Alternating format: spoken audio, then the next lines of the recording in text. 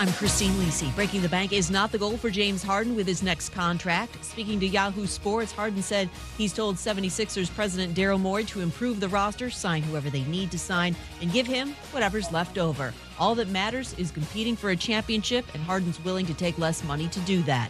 ESPN NBA analyst Kendrick Perkins. I'm all in for this version of James Harden. He's been working out. He's been in the gym. I'm around here in Houston hearing nothing but great things. I'm ready to see him have a bounce-back season. I think it's going to be phenomenal with him and Joel Embiid. I'm ready for their top 3 team in the Eastern Conference right now. Kendrick Perkins on This Just In. Baseball's home run derby in the spotlight tonight from Dodger Stadium. The Mets' Pete Alonso seeking to become the first player to win the derby 3 straight times. Coverage begins at 8 Eastern on ESPN Radio, ESPN TV, and the ESPN app. Dodgers lefty Clayton Kershaw will make his first ever All-Star game start tomorrow for the National League. You got a rundown? To Angels superstar Shohei Ohtani. Rays left-hander Shane McClanahan counters for the American League. You good? If you need solid hires fast, you need Indeed. The all-in-one hiring solution makes it easy to attract, interview, and hire candidates from the same place. Want to find your next great hire? Visit Indeed.com/credit.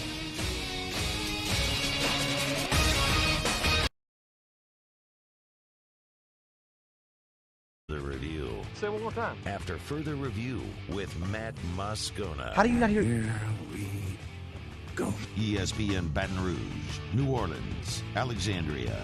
Live from the Mercedes-Benz of Baton Rouge studios. That's right.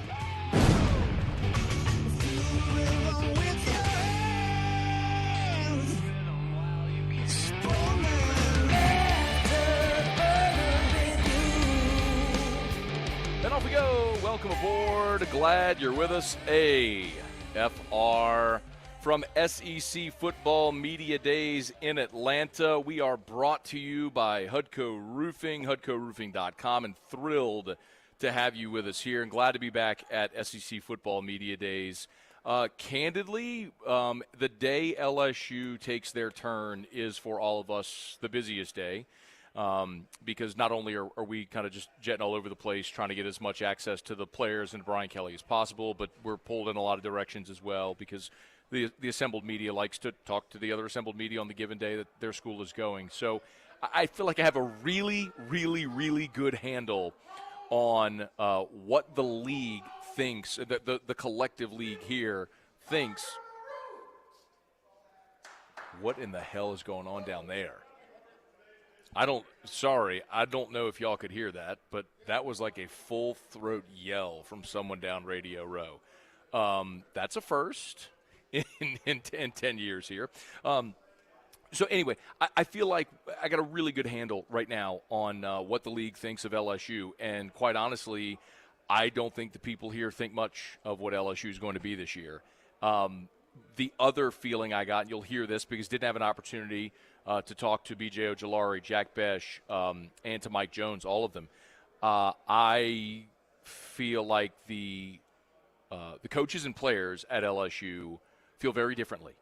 And they most certainly have a lot of questions to answer and a lot to prove, but they feel like they are well on their way to doing that. Again, it is talking season. Totally understand that. And you have to ultimately go prove it on the field, and a lot of questions still need to be answered. But in particular, when Mike Jones was talking about the defense, I would compare that to the same feeling I had last year when we talked to Matt Corral. And if you remember that interview, Matt Corral kind of gave this sort of sly smirk, like he knew they were going to be good. Like they had a loaded gun and other people were sleeping on them.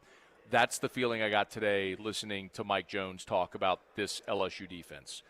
Can they figure out the offensive side, quarterback, all that sort of stuff? We'll learn that in time, but they're well on their way. So we will let you hear from all 3 LSU football players, our one-on-one interviews with them.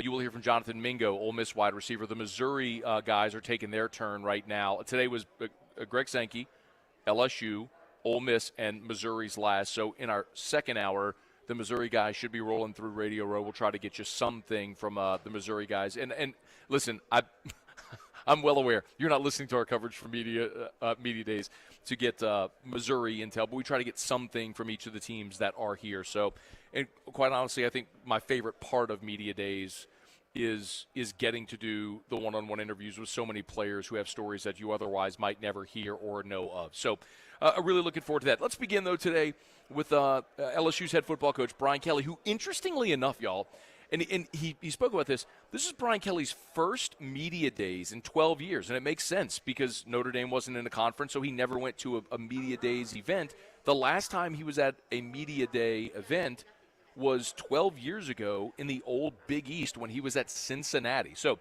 here's how Brian Kelly opened it up earlier today in the main room.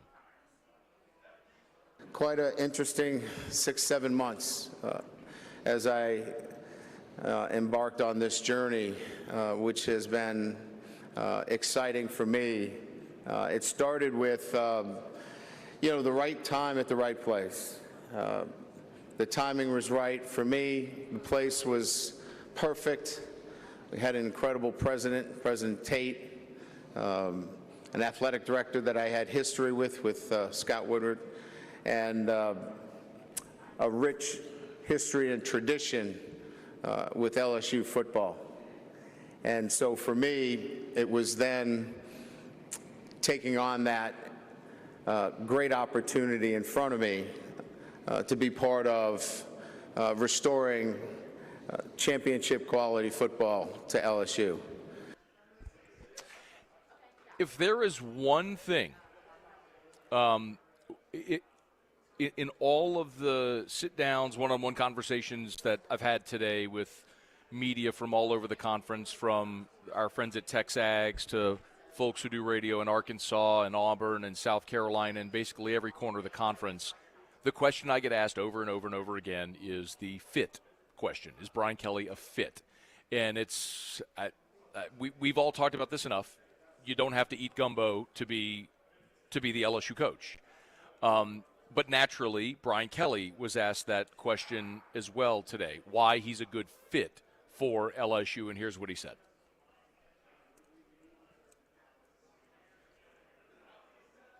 Well, I think fit is about, the ability to run a program, at the highest level. I've done it for 32 years. I've had success at Notre Dame, Cincinnati, Central Michigan, wherever I've been. So, running a program and then, developing players, player development. I think those are the most important thing. And I don't think that needs to be, geographical in a sense. I've gotten to love where I'm at in Baton Rouge. I love the people. They love football. They love family. And they love food. And that fits me really well. So I guess I should have been in the South all along. I love that he dropped family in there, intentionally with a little smirk.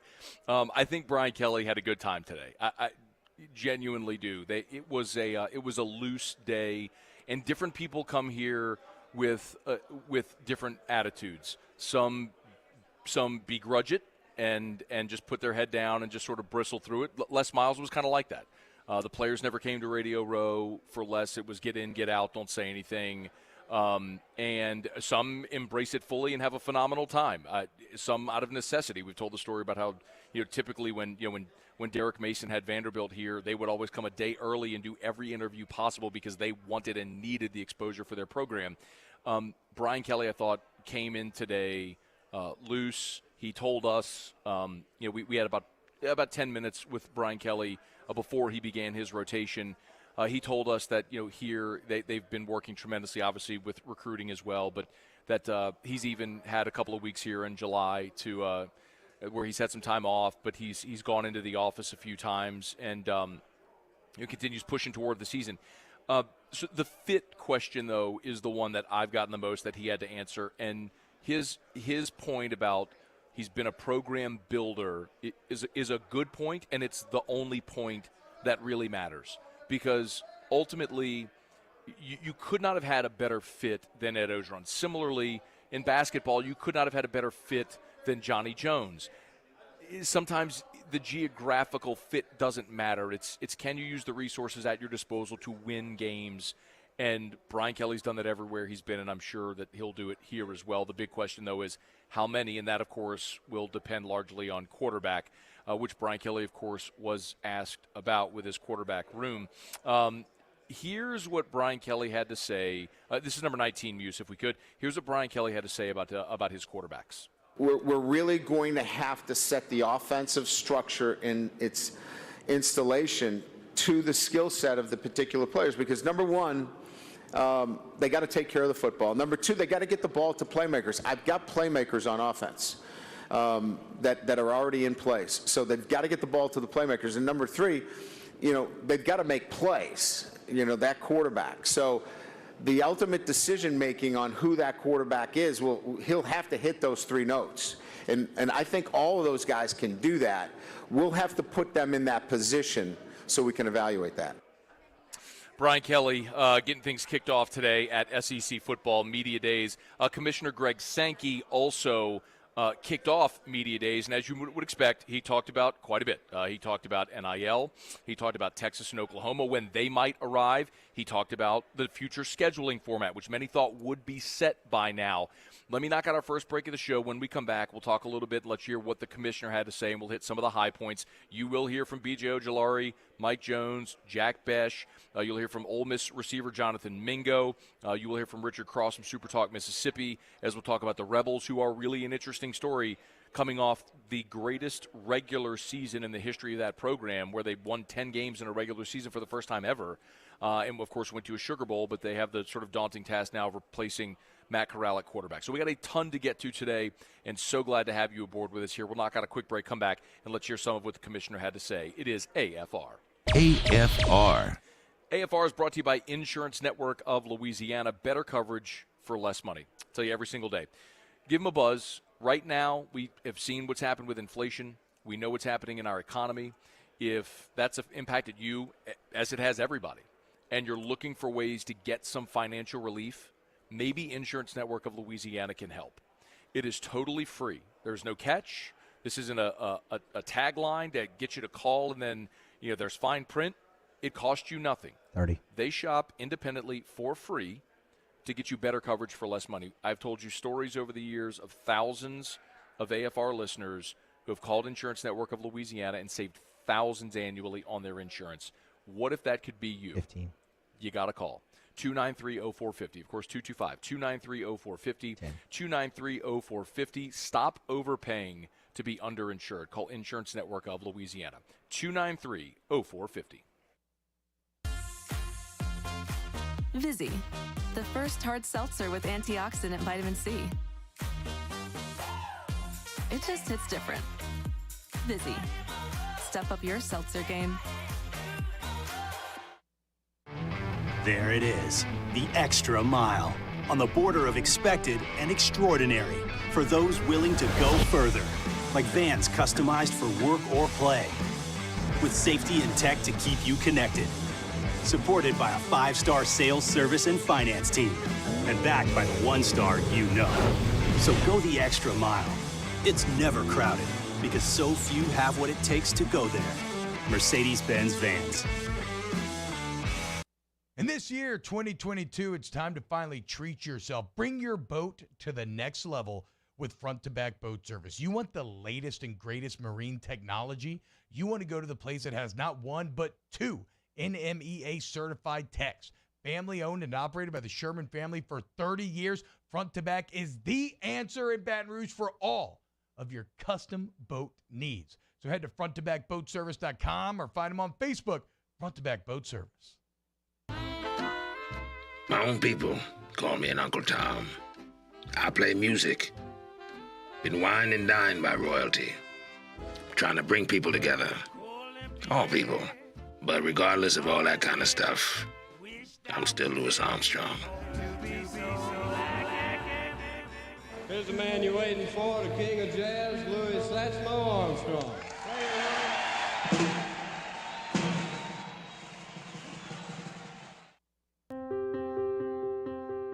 This isn't just another day. It's so much more. Kelly's life was put on hold when her auctioneer primary care doctor discovered a rare blood disorder. Her doctor connected her to an auctioneer care team of cancer, heart, and kidney specialists. With multiple primary care locations around Baton Rouge, same-day appointments, and online scheduling, we're relentless about keeping you healthy. Auctioneer Baton Rouge, innovating healthcare for Kelly. I've been doing business with Luba for 25 years. They're dependable, trustworthy. It's just the attention to detail with our clients. Our folks have years and years of experience. They're highly trained professionals, but many companies have that asset. What I'd like to think makes Luba a bit different is that we use those talents in a way that truly is dedicated to serving the needs of the folks who depend on us. Gulf Coast Office Products is a nationally recognized Savin office equipment dealer based right here in Louisiana. Over 100 employees strong, Gulf Coast has the boots on the ground to support all vertical markets, from education.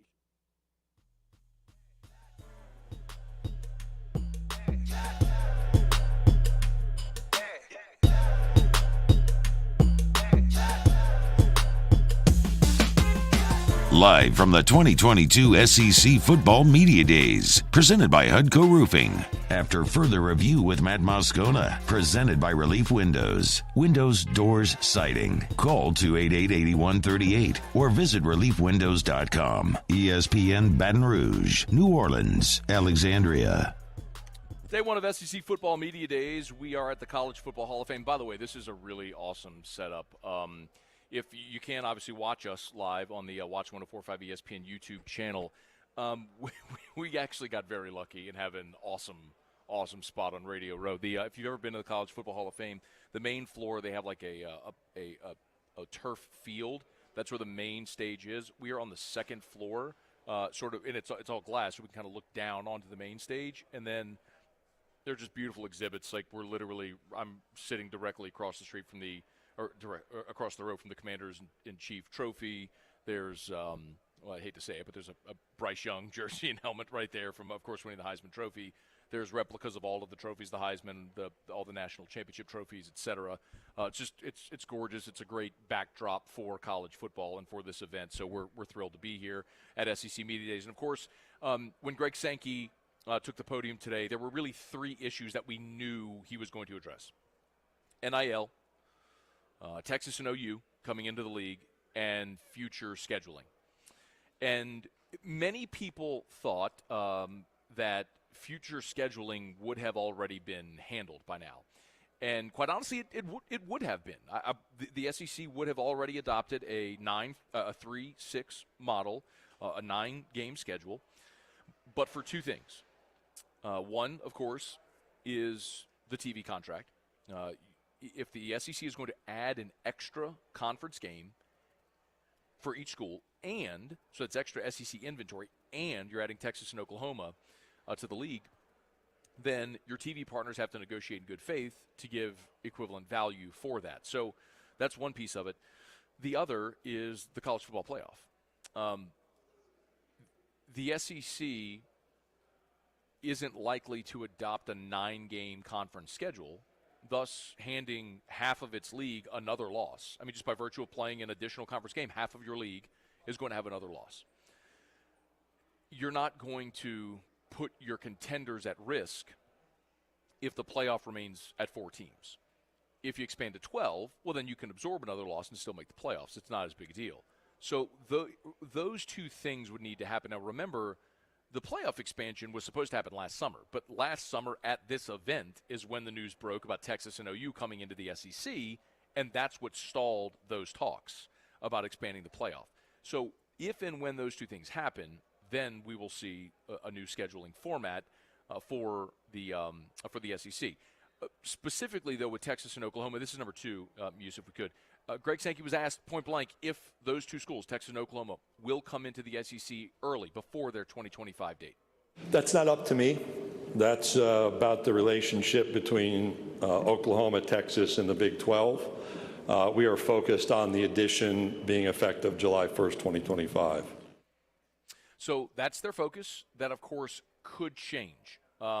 If Texas and Oklahoma would pay an $80 million buyout individually, or if there was a manner in which it would make sense for them to leave early, like if the Big 12 dissolved, which certainly could happen with this latest round of expansion, depending on what happens with the Pac-12, Big 12. We'll wait and see how that all happens. Greg Sankey naturally, and this was 6 Muse, was asked about the possibility of expanding beyond 14 or beyond 16 once Texas and Oklahoma are in the league. We're attentive, we're engaged in conversation. The great news for the Southeastern Conference is that people call and say, hey, you're doing something really special, and they kind of hint around the edges. As I went through, we know who we are. We're confident in our success. We're really looking forward to the expansion and being at 16 teams, and don't feel pressured to just operate at a number. But we'll watch what happens around us and be thoughtful but be nimble.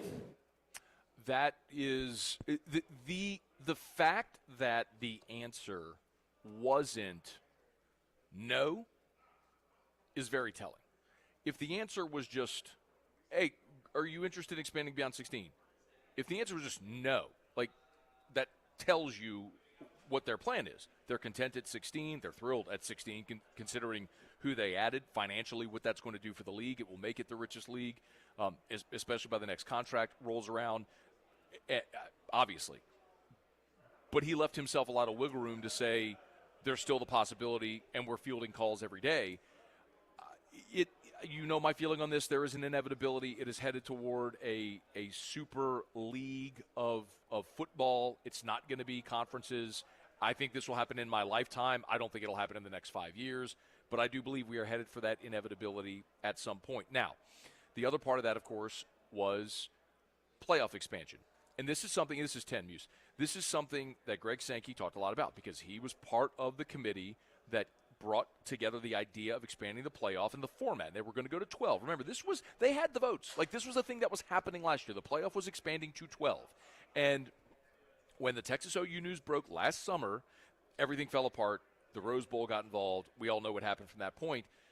Here was Greg Sankey on all that's happening in realignment and how that affects playoff expansion. If we're going to go back to square one, then we're going to take a step back from the model introduced and rethink the approach. Number of teams, whether there should be any guarantee for conference champions at all. Just earn your way in. There's something that's healthy competitively about that and creates expectations and support around programs. Where we go, we'll see. We've had one initial conversation. We have time and we'll use it. And it's the same type of issues that you've heard, AQ or no AQ, how many teams, what's the relationship to the bowls, when do we play these games on a calendar. We really need to look at that more deeply than we did in the previous iteration. So I'd be fine with no AQs, whether it's 4 like we have now.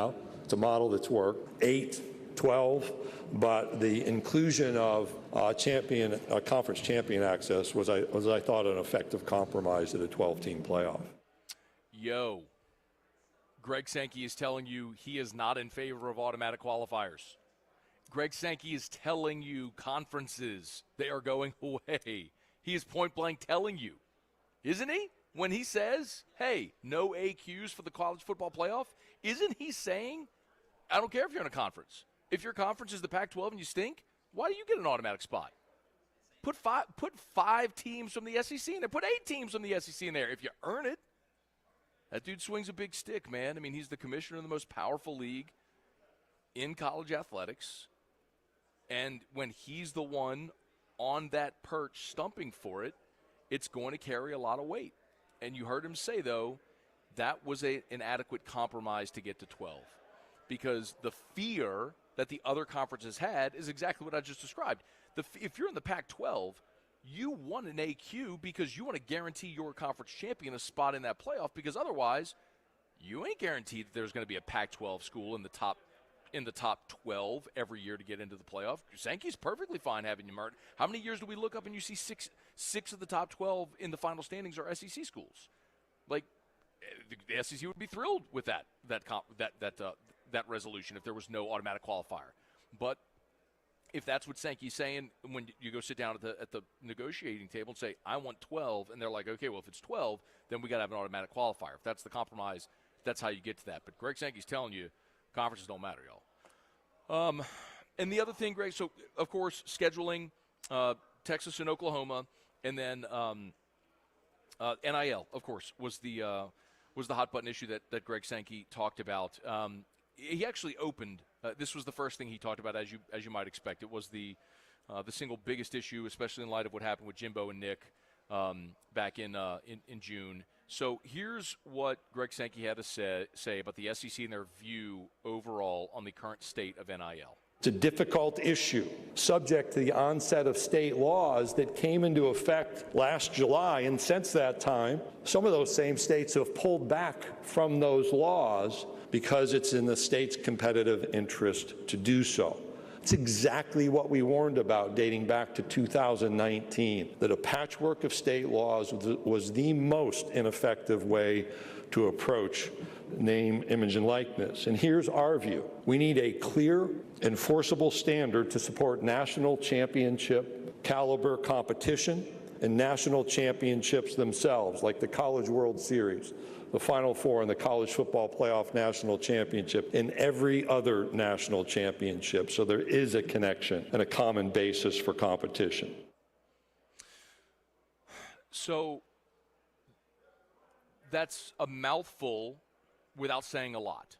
And what I mean is, Greg Sankey used a lot of fancy words to say we need NIL regulation that's equitable for everyone, but didn't really provide a solution of how to get there, because I don't know that there is a very obvious solution for how to get there.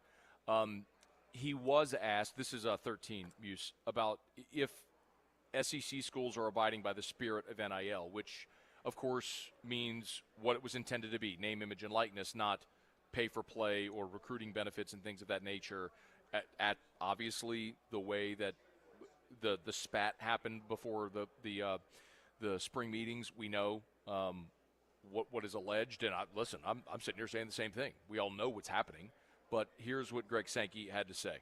The issue is, are they abiding by their state laws? So whether it's spirit or not spirit, the issue that goes back when we're in consultation is, are you following the laws of your state, or in the past, in one circumstance, an executive order in our footprint? It is uncomfortable. It is a new dynamic, and we're going to have to manage through that discomfort. I don't believe everything I read. You're great writers, you're great at what you do, but I don't believe everything I read has the depth of information or the depth of analysis, because what I've not read is the points of concern where young people have lost opportunities or promises and commitments haven't been fulfilled. I look forward to reading those types of analyses. That was an interesting about face, but the challenging part when it comes to reporting on NIL deals is the fact that you will not get the particulars involved, meaning the student athlete, the booster/business owner, communicating with the agent, communicating with them as a high school athlete. You will not get them talking on the record. So that's the very challenging part in telling that story. I mean, I'll tell you all this. I'm working right now with Jonathan Pixley from Matchpoint. We're going to start an NIL podcast that'll drop weekly during football season. And one of the very real conversations and candid conversations I had with Pix early in the process was, hey, look, man, I'm happy to do this, but it's going to be very difficult if you can't get student athletes or boosters, business owners to speak on the record. And we're going to have to work through that, as I think most will. All right, it's after further review. We are glad to have you aboard with us here. We're at Radio Row for SEC Football Media Days. Do us a favor, if you're watching on YouTube, please smash the like button and subscribe up on the Watch 104.5 ESPN YouTube channel. If you're listening on terrestrial radio or stream, we appreciate you for being there, but you can watch our coverage, of course, on the YouTube channel. All right, we'll knock out a quick break. A lot still to get to. You'll hear from BJ Ojulari, Mike Jones, Jack Bash, who did an amazing job today, by the way. I thought all the LSU guys represented themselves exceptionally well. That's all coming up, and we should have the Missouri crew rolling through here in about 45 minutes or so as we get into hour number 2. We're glad to have you hanging out with us here on a Monday edition of AFR. From SEC Football Media Days, don't you move. AFR. AFR is brought to you by the Baton Rouge General Hospital, brgeneral.org, brgeneral.org, expanding healthcare in the Baton Rouge area. That's the Baton Rouge General Hospital. Remember, of course, They've got the Mid-City location where they've reopened the emergency room, doing so during COVID when our community needed that emergency care. Of course, the Bluebonnet campus, the Ascension Neighborhood Hospital. Ascension Parish now has their own emergency room courtesy of the Baton Rouge General Ascension Neighborhood Hospital. And 30. We always mention as well the Baton Rouge General Express Care locations. Walk-in urgent care 7 days a week. For those daily aches and scrapes and bumps and bruises and sniffles and sneezes, when you need to see a doctor and you need to see a doctor quickly, 15. You can do so at the Baton Rouge General Express Care locations, with 3 locations in the greater Baton Rouge area. 10. Learn more online at brgeneral.org. That's brgeneral.org for the Baton Rouge General Hospital, expanding health care in Baton Rouge, brgeneral.org. Follow us on Twitter at 1045ESPN to cast your vote in the Citizens Bank and Trust poll of the day. Vote daily inside, off the bench, Hunt and Hill, the early line. And after further review, Citizens Bank and Trust brings you the poll of the day via Twitter at 1045ESPN. Bayou Chrysler Dodge Jeep Ram has $10,000 off MSRP on all new 2022 Ram Black Widow trucks in stock. All new Bayou vehicles come with a 1 million mile powertrain warranty and free delivery. If you need sales or service, the crew at Bayou is going to do right by you. At Rejuvame, we specialize in medically monitored hormone replacement therapy, giving you the energy you need for all life's challenges. We can help get your day started. 1, 2, 1, 2.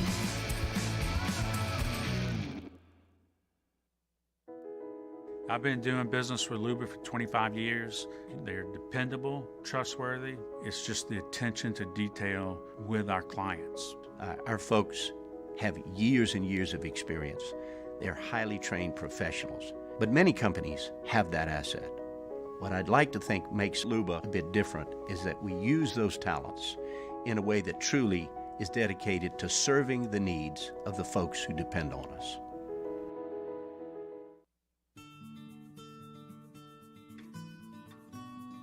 This is a house call. This is a follow-up appointment. This is a diabetes checkup. This isn't just more convenient care, it's more advanced care. This is innovating healthcare at Louisiana's #1 hospital, Ochsner. ServiceMaster Elite create clean, disinfected work environments. As a local business, we take pride in serving the New Orleans and Baton Rouge areas. Our cleaning protocols follow CDC and OSHA standards for healthcare settings, offices, senior living, restaurants, and industrial plants. Contact ServiceMaster Elite to get your operation ready for reopening with germ disinfection cleaning. ServiceMaster Elite, the trusted choice in professional cleaning since 1996. It's no secret, the best oysters in Baton Rouge are at Jolie Pearl Oyster Bar. Enjoy mouth-watering South Louisiana flavor and oysters from all over the country. And don't forget our nightly drink specials.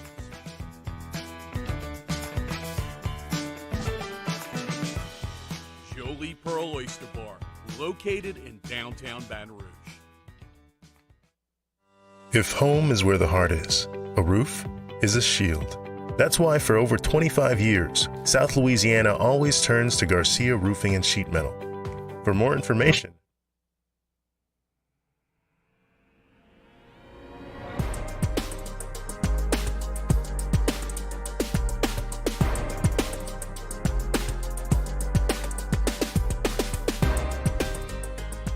Live from the 2022 SEC Football Media Days, presented by Hudco Roofing. After further review with Matt Moscona, presented by Relief Windows. Windows, doors, siding. Call 288-8138 or visit reliefwindows.com. ESPN Baton Rouge, New Orleans, Alexandria. I rolled along here from Radio Row at SEC Football Media Days. The Ole Miss Rebels are taking their turn today at SEC Football Media Days, and candidly had a couple of interviews that we recorded earlier in the day with players and such, having a little trouble with the audio on them. So I hope we're able to get those and get them up to you. But if not, we'll plow through, such as life, doing remote broadcasts as may happen.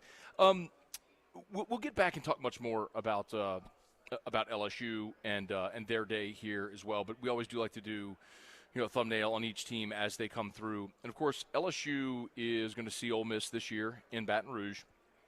And, I think as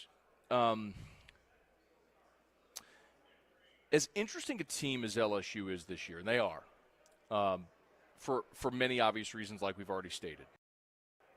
Brian Kelly, new head coach in the league, who's fascinating for that reason. I think, and all the turnover. Yeah, come on. Well, I was going to talk about Ole Miss, but let's just talk to Jake Crain instead. Talk about Ole Miss. Wait, let me turn on your microphone. Go ahead. Yeah, we can talk about Ole Miss, Matt. What do you think about Ole Miss? I never worry about the offense with Lane. Same, right? When he took over that program, the roster was just so depleted from a depth standpoint on defense. I mean, they had me and you out there the first year. DJ Durkin's off to spin it at A&M. So I got him going 4-4 in the league. I have Auburn, LSU, Ole Miss. One's escaping me. All going 4-4 in the league. I think it's going to be a jam-packed West in the middle. Auburn, LSU, Ole Miss, A&M? A&M. You have A&M going 4-4? I got A&M going 0-3 to start league play. Look at the schedule. All right, let's look at this. By the way, this is Jake Crain. Yes. From Crain and Company. You can send hate mail to Hey, Ribs, can we get the camera so Jake's on the shot too? Thank you. Where do we send hate mail? You send hate mail to @MattMoscona. What is it? Yeah, you can do that if you can get the vowels right. Yeah. All right, so let's look at it. So, sure. No, it's okay. It's okay. So Arkansas. Loss. At Mississippi State. Loss. At Bama. Loss. At South Carolina. Win. You have them losing at home to Arkansas. Are you bullish on No, Arkansas? that's a neutral site game. Oh, my bad. You're right. That is in Dallas. That's Yeah. right. Okay. I got Arkansas going 9-3.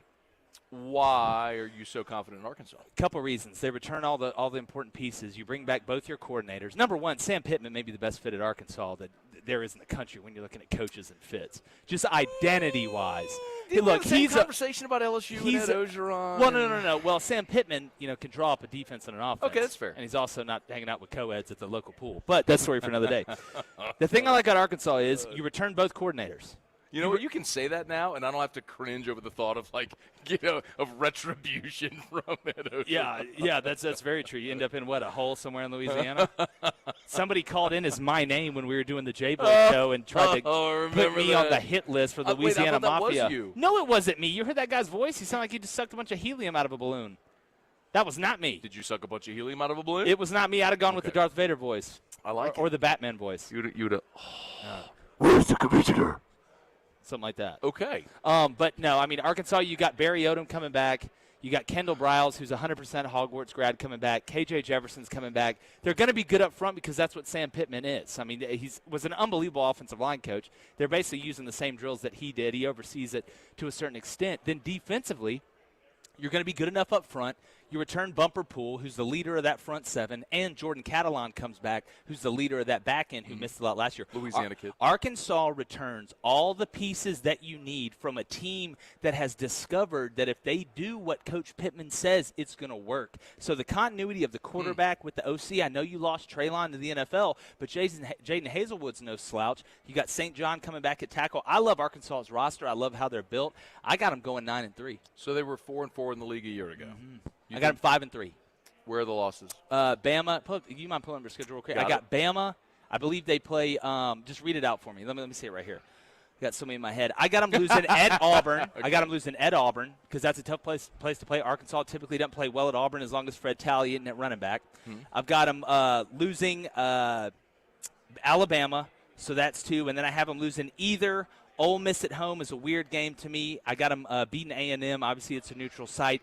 At Mississippi State, I'm telling you right now, Will Rogers in this offense is scary, man. He may be the most underrated. Him, Jake Haener out at Fresno State, the Jerkovich kid from Boston College. There are some underrated quarterbacks coming into this year. And Will Rogers, after another year of Mike Leach and the air raid, he understands it as good as anybody. And Mississippi State, they're going to beat some teams they shouldn't, and they're going to lose some games that they shouldn't. I've got Mississippi State beating A&M, possibly beating Arkansas, and going 2-6 in the league. So I think it's going to be a weird year. but I think they end up going 5-3. I got Tennessee going 5-3 as well in the East. Does Tennessee win in Baton Rouge? No. Okay. That's a game that actually does kind of worry me a little bit. Well, you're playing against something you don't see all the time. It's almost like it's the reverse of playing against the triple option. It's the total inverse of that. You are totally on the other end of the spectrum, and it kind of does the opposite thing. And Hendon Hooker coming back in that offense with Heupel, and they've added more depth on defense. Tennessee and Arkansas, to me, are trending up, man. They're trending up hard, but, again, it goes back to the conversation. We interviewed you a little bit earlier. We're going to release this week. When I look, though, at the next 3 to 5 years, and I'm not saying this because I'm on this show. You've heard me say it before. LSU, to me, is the scariest team in the Southeastern Conference. When they're right, is what you mean. When they have structure. Again, it's amazing to me how LSU can win national championships without structure. I mean, Les Miles, I don't know if he was eating more of the grass or smoking more of it. Ed Orgeron had a lot of fun. You put lightning in a bottle there in 2019 with Joey B. But when they have structure, it is amazing how dominant LSU can be because you're in a state that is dripping with talent. There is no other school in the state of Louisiana that's taken anybody from anybody. There's no Auburn. There's no Mississippi State. Hell, there ain't even a Vanderbilt. And Georgia Tech's giving them a run for their money. But when I look at LSU, when I look at somebody coming in, and I told you this, I will keep saying this, Brian Kelly is the stepfather that LSU didn't want, but they had to have. And he's the guy that comes in and tells you to clean up your room, and you need better friends, and you're not going out till you do your homework. Oh, you got in trouble, I'm taking the door off the hinges, you have no privacy, and you're mad and you're upset, and you don't realize how important it was until you're walking across the stage, graduating cum laude from Harvard, and you got a nice, cushy job looking at finances, I don't know, at Goldman Sachs or something. So when I look at LSU, they are scary as hell to me because the potential of LSU is very frightening. We can talk about A&M and all this other stuff, but they got to fight Texas. They got to fight Oklahoma. They got to fight Arkansas. And I know Arkansas's came in there and grabbed some kids. Everybody comes in sometimes. But when LSU is rolling, they are a nightmare. They are Freddy Krueger is turning around the corner and about to cut your head off nightmare. There are, I think, 3 programs in the country that match your description. And LSU's one of them. Yes. The other 2 are Georgia. Yes. And Ohio State. Yes. Again, they hit all the boxes. Ohio is very talent-rich, and not just with linemen. They just think there's a bunch of big offensive linemen walking around there. There are places in Ohio, I've recruited the state, where the ball is very, very good. Then you look at Georgia, probably per capita, the best state for high school talent in all the sports together. I don't know if it's even close. Hell, if they started hockey, they'd probably be the best at it within 6 months. So when I look at the state of Georgia, I think you're exactly right, Matt, because, again, a lot of it is not having another team in state that is, especially when you're hot. I'm talking about when you're cooking, not when it's going bad. When you're cooking, kids are not leaving, and that's just how it is. Jake Crain is with us. By the way, since last we spoke, and I'm remiss not to have mentioned this when we started, you got a new gig. So fill everybody in on you and what the last year of your life has been. Yeah, well, I was – because I want give me, please – the Cliff's Notes of how you went from coaching college football to full-time media. Well, I was going to get into the Chippendales, and I hurt my leg. No, what happened was I coached for a long time, played and then coached for 9 years, 6 at the Division I level, was up in Montana coaching. COVID hit, sent us back home. First year of the early signing period, so most of my guys were signed and done, and I'm, you're used to working. You get that lifestyle, you're used to working. So I'm like, you know what? I'll buy a $50 mic and just start talking about football or whatever. Well, I bought it, and again, you got to understand, I don't know what's good and what's not good. I don't know if – I look at Joe Rogan, I'm like, those views are good. Like, that's good. Right. So when I start out, I didn't realize how good I was doing. I was getting like 6,000, 7,000 an episode, and I was doing like 3 a week. And so it ended up getting bigger and bigger and bigger, and I started getting calls from – or emails from companies and stuff. Ended up getting picked up to move to Atlanta by a couple investors. They put me in a studio. Within 3 months, Colin Cowherd had emailed us. We joined the volume with them. We're renegotiating our contract after 6 months with them. And Ben Shapiro DMs me on Twitter because I was doing the J-Boy show. And they ended up buying out the J-Boy show. They wanted a sports show for the Daily Wire, a national sports show, which is something I've always wanted to do. Moved us up to Nashville, and it's been amazing, man. I mean, we were down in NOLA, down in y'all's territory for the Final Four. And, it's funny working for the Daily Wire. A lot of people think you're, like, super political or whatever. It's funny because there are some times where sports and politics intersect. I mean, NIL, for example. I mean, that's really a political topic when you get down to it. Or, sometimes LeBron James and stuff like that. But, 95% of the time we are talking just straight about sports, which is, I think, been such a kind of boost for maybe that audience out there that is sick of getting agendas shoved down their throat by different media networks because it's what's cool and what's hip and what looks good in the media instead of actually just, like I wanted our show to be like watching old reruns of Sports Center where the guys were having fun and talking about sports because to me, Matt, sports is the greatest unifier of all time. It's one of the few unifiers that we have left. When I'm sitting in a stadium and we're both there watching our team and we score, we high five and hug, and we don't care who you voted for or what you feel about Roe v. Wade. It's our team scored. So I feel like sometimes we have politicians on who played sports, but we just talk about sports. Like we had Ron DeSantis on the other day who was team captain and hit 336 his senior year at Yale. We weren't talking about this bill or that bill. We're talking about backdoor sliders and how it's the hardest pitch to hit, the difference in high school and college pitching. So I think we got to make sure that we don't lose some of the great unifiers that we have. I don't care who you voted for. I don't care what your political beliefs are, but let's talk about people hitting 500-foot home runs, running verts for touchdowns, blocking and tackling. So I think there's a thirst for it. So who do you think wins the Derby? You asked me that question off air. I'm Listen, last year I was in Marietta at Paradise Grill. Shout out Paradise Grill. Shout out. Watching this. Pete Alonso was plus 350. I didn't have a lot of money at the time. Still don't now, considering compared to Ben and them. But I was like, you know what? I'm going to put a lot of money on Pete. I'm going to see if he comes through. And I'll be dadgum, Matt. And I'll be dadgum. It's a weird thing to say. I will be dadgum. Like Gus Malzahn right now. Holy macaroni. But Pete Alonso came through for the kid. He and did. I tell you what, I'll always remember that. And I'm going with the polar bear. But will I be upset if Ronald Acuna Jr. beats him in the first round? No.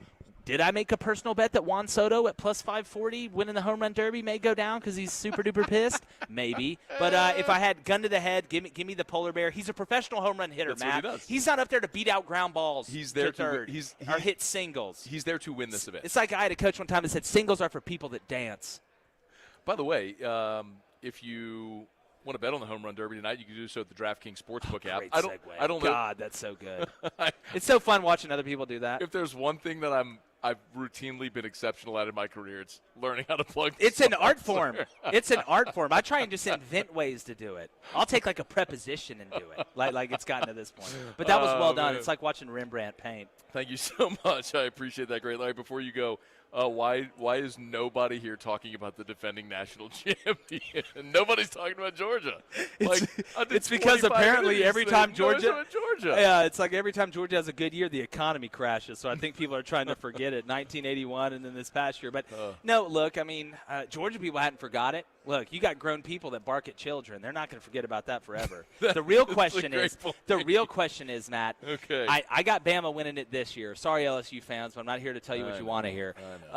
If Georgia does win it this year, though, is Stetson Bennett the greatest Georgia quarterback of all time? Has to be, right? Who was the quarterback of their 1980? Was it Buck Bellew? I have no idea. Wasn't it Bellew? It was Buck Bellew. But isn't that the point? Like, who knows who cares? That's exactly right. But again, it was Stetson Herschel Bennett. Walker's team. Think about all the dogs, pun intended, that Georgia's had at quarterback. Matt Stafford, Aaron, Hurry Murray. I mean, the other guy. I mean, you have a nice Mike Bobo. Mike if you want to go back and dude, look, we can really look David back. Green. Look, we'll go. Didn't David Green? David Green broke. As an Auburn fan, Matt, David Green broke my heart. Yeah. And we interviewed him one time, and I struggled. Because, like, every time I look in his eyes, I see that pass on fourth down that they just closed their eyes and caught after we're leading the whole game. But that's fine. We hit him back. Brandon Cox gave him a little message a little bit later. 4th and 12, #never forget. I don't get the reference because You wouldn't. I don't really care about Auburn and Georgia. I'm sorry. I think it's silly that we care just because they played that game a long time, and that we struggle and we structure schedules around games that only two fan bases actually care about. But I'm glad you enjoy it. Well, what about LSU and Arkansas then? I get rid of it forever. I would love that. You know what's crazy? Everybody, nobody cares. When I was talking LSU about fans don't care. Well, when I was talking about the divisions don't matter and we need to add the 9th conference game and all, people are like, well, what's going to happen to LSU and Arkansas? I was like, who cares what's going to? Let's look me in the eyes and tell me. I know you play for a trophy. What is it, like the naked gopher or something? Don't tell T-Bob this. He loves the Golden Boot. Oh, that's you know what? T-Bob would totally love that rivalry. He loves the Golden God, Boot. the math adds up on that. I gotta go. Here's Jake Crain, Crain and Company, Crain and Co. Follow him everywhere. I appreciate you, man. Thank you, Matt. I appreciate you. Got a great interview with Matt Moscona coming up too. Don't miss it. Follow it. We'll see you. All right, it's after further review. By the way, DraftKings Sportsbook. Download the DraftKings Sportsbook app. Use the promo code Baton Rouge. You can bet on the Home Run Derby tonight. Do it there. Muse, hit the disclaimer. 21 and older, physically present in Louisiana. Availability varies by parish. Eligibility restrictions apply. See DraftKings.com/sportsbook for full terms and conditions. Licensee partner Golden Nugget, Lake Charles. Gambling problem? Call 1-877-7-STOP. All right, we will wrap up hour number one when we come back. I do a quick note on the Major League Draft. First couple days of the Major League Draft. That's next. It's AFR. AFR.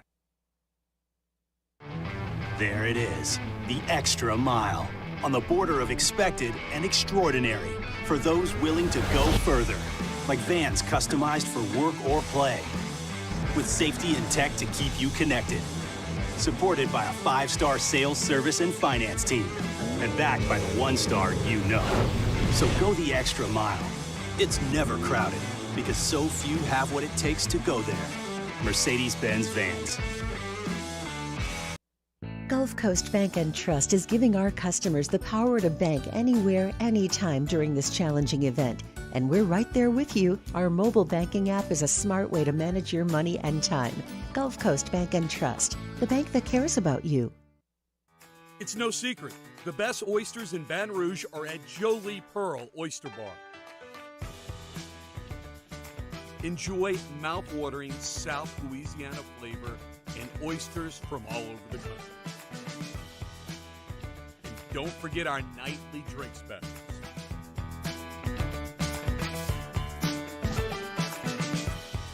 Jolie Pearl Oyster Bar, located in downtown Baton Rouge. My own people call me an Uncle Tom.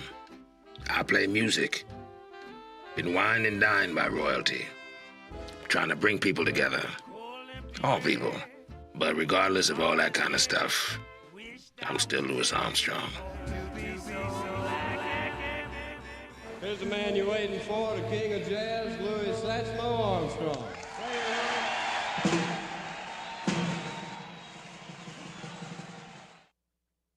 Eli's always been into grilling. It took us a while to see it, but the signs were there. What are you doing, Eli? I knew grilling was my thing. I have been talking about it throughout my career. Happy with the results? I am. Got the new grill from barbecueguys.com. It performed great. My advice, as I always told my boys, do more of what you're born to do. Barbecue Guys, for those who were born to grill. You want cheese on your burger, Pops? I'll take a little cheese. Crime has serious consequences, but anyone can make a mistake. If you find yourself in trouble with the law, know that you have rights, and it's okay to demand them. The law offices of O.C. Brown are here to protect you and your rights. Felony or misdemeanor, DUI or drug charge. No matter what crime you're accused of, you still have rights. Let the law offices of O.C. Brown uphold them. Call 225-343-1111. Your law firm for a lifetime.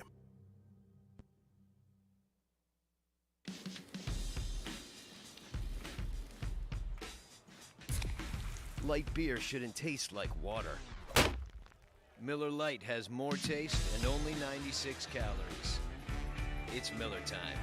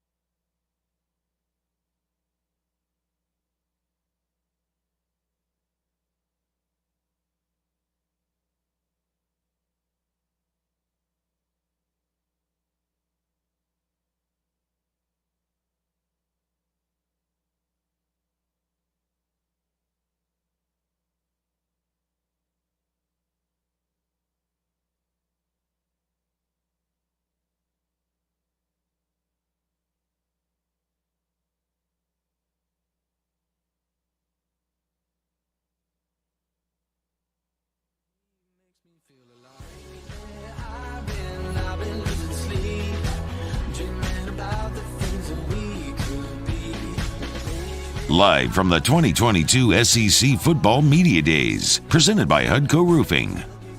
After further review with Matt Moscona, presented by Relief Windows. Windows, doors, siding. Call 288-8138 or visit reliefwindows.com. ESPN Baton Rouge, New Orleans, Alexandria. All right, y'all, sorry to do this. We got a really, really quick segment here. Went a little long with Jake Crain, and I apologize for that. The Major League Baseball draft is continuing. Congrats to Jacob Berry and Cade Doty, who both went on day one of the draft. Jacob Berry, of course, went to Miami. Cade Doty went to Toronto. Today, Eric Raiselman was selected in the 5th round by the Yankees. It's a little bittersweet for me. Obviously, I'm thrilled at the notion of Raiselman going and pitching for the Yanks. But I was maybe kind of holding out a little bit of hope that they might be able to get Raiselman back on campus as the 160th overall pick going in round 5.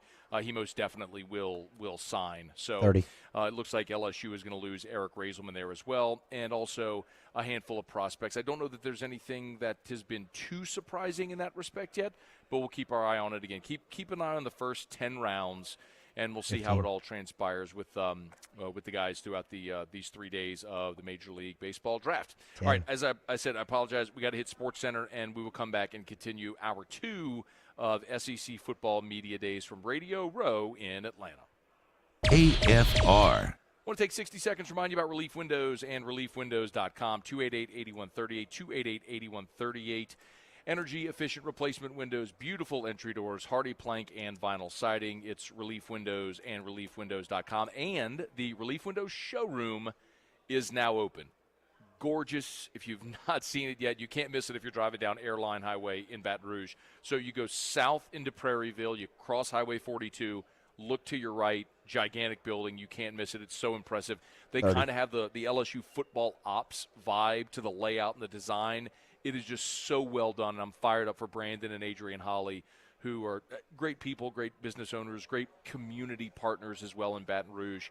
It's Relief Windows. If you need energy-efficient replacement windows, beautiful entry doors, hardy plank or vinyl siding, it's Relief Windows, and you can check it out in their brand-new, now-open showroom, Monday to Friday, 9 to 5. Check them out at Relief Windows and ReliefWindows.com. ReliefWindows.com.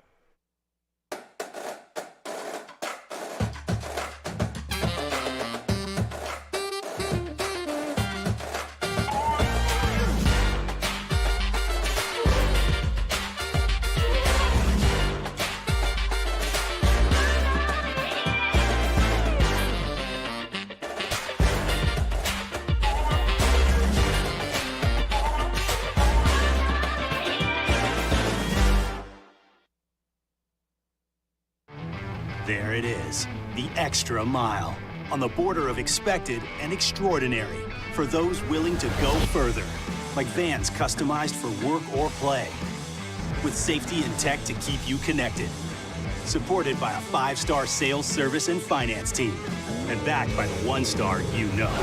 So go the extra mile. It's never crowded, because so few have what it takes to go there. Mercedes-Benz Vans.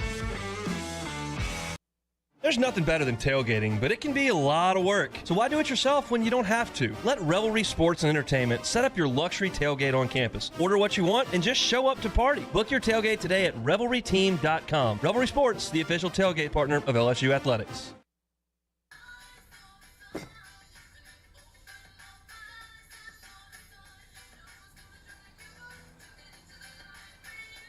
Miller Lite has more taste and only 1 more calorie than Michelob Ultra.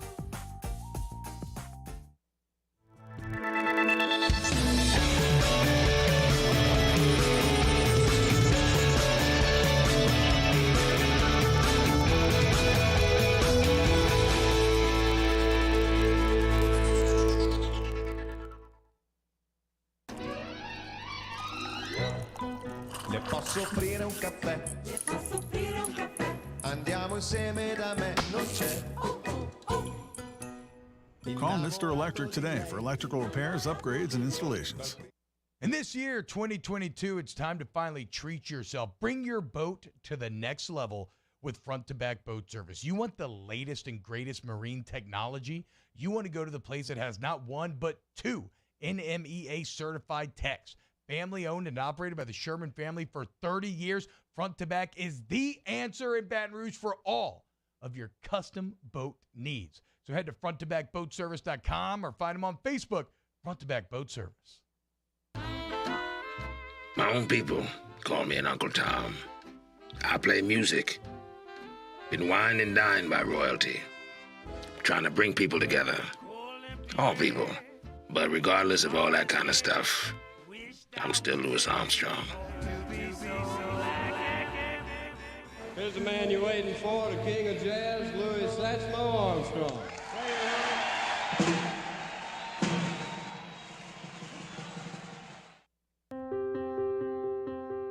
This isn't just another day. It's so much more. Kelly's life was put on hold when her... This is SportsCenter. I'm Christine Lisi. Being in a position to win an NBA championship is what matters to James Harden at this stage. He told Yahoo Sports he's told 76ers team president Daryl Morey to improve the roster, sign who they need to, and give him whatever's left over in his new contract. Harden added he's willing to take less money to have Philly compete for a title. The Sixers' chance at a championship depends on what version of Harden they get this season, explains ESPN's Tim Bontemps. To me, it really just comes back to just how good is he going to be able to get to? Is he going to be able to get back to being that guy who had the burst to get to the rim, to get by people, to be explosive and make explosive plays? He did not have that at any point last season. No matter what he's saying now, if he doesn't get back to that guy again, this team's ceiling, even with these additions, is a lot lower than people think. Tim Bontemps on This Just In. The Mets' Pete Alonso tonight will try to become the first player to win Major League Baseball's Home Run Derby 3 straight times. Coverage 8 Eastern, ESPN Radio and ESPN TV. Longtime Dodgers ace Clayton Kershaw will make his first ever All-Star start tomorrow at Dodger Stadium at home. Rays lefty Shane McClanahan counters for the American League. The new Venture X card from Capital One. Earn 10x miles on hotels and rental cars and 5x miles on flights when you book through Capital One Travel, plus 2x miles on all other purchases. Capital One. What's in your wallet? Terms apply. See CapitalOne.com for details. Matt Moscona. I'm very important. After further review. Say it one more time. After further review with Matt Moscona. And here we go. ESPN Baton Rouge, New Orleans, Alexandria. Live from the Mercedes-Benz of Baton Rouge studios. That's right.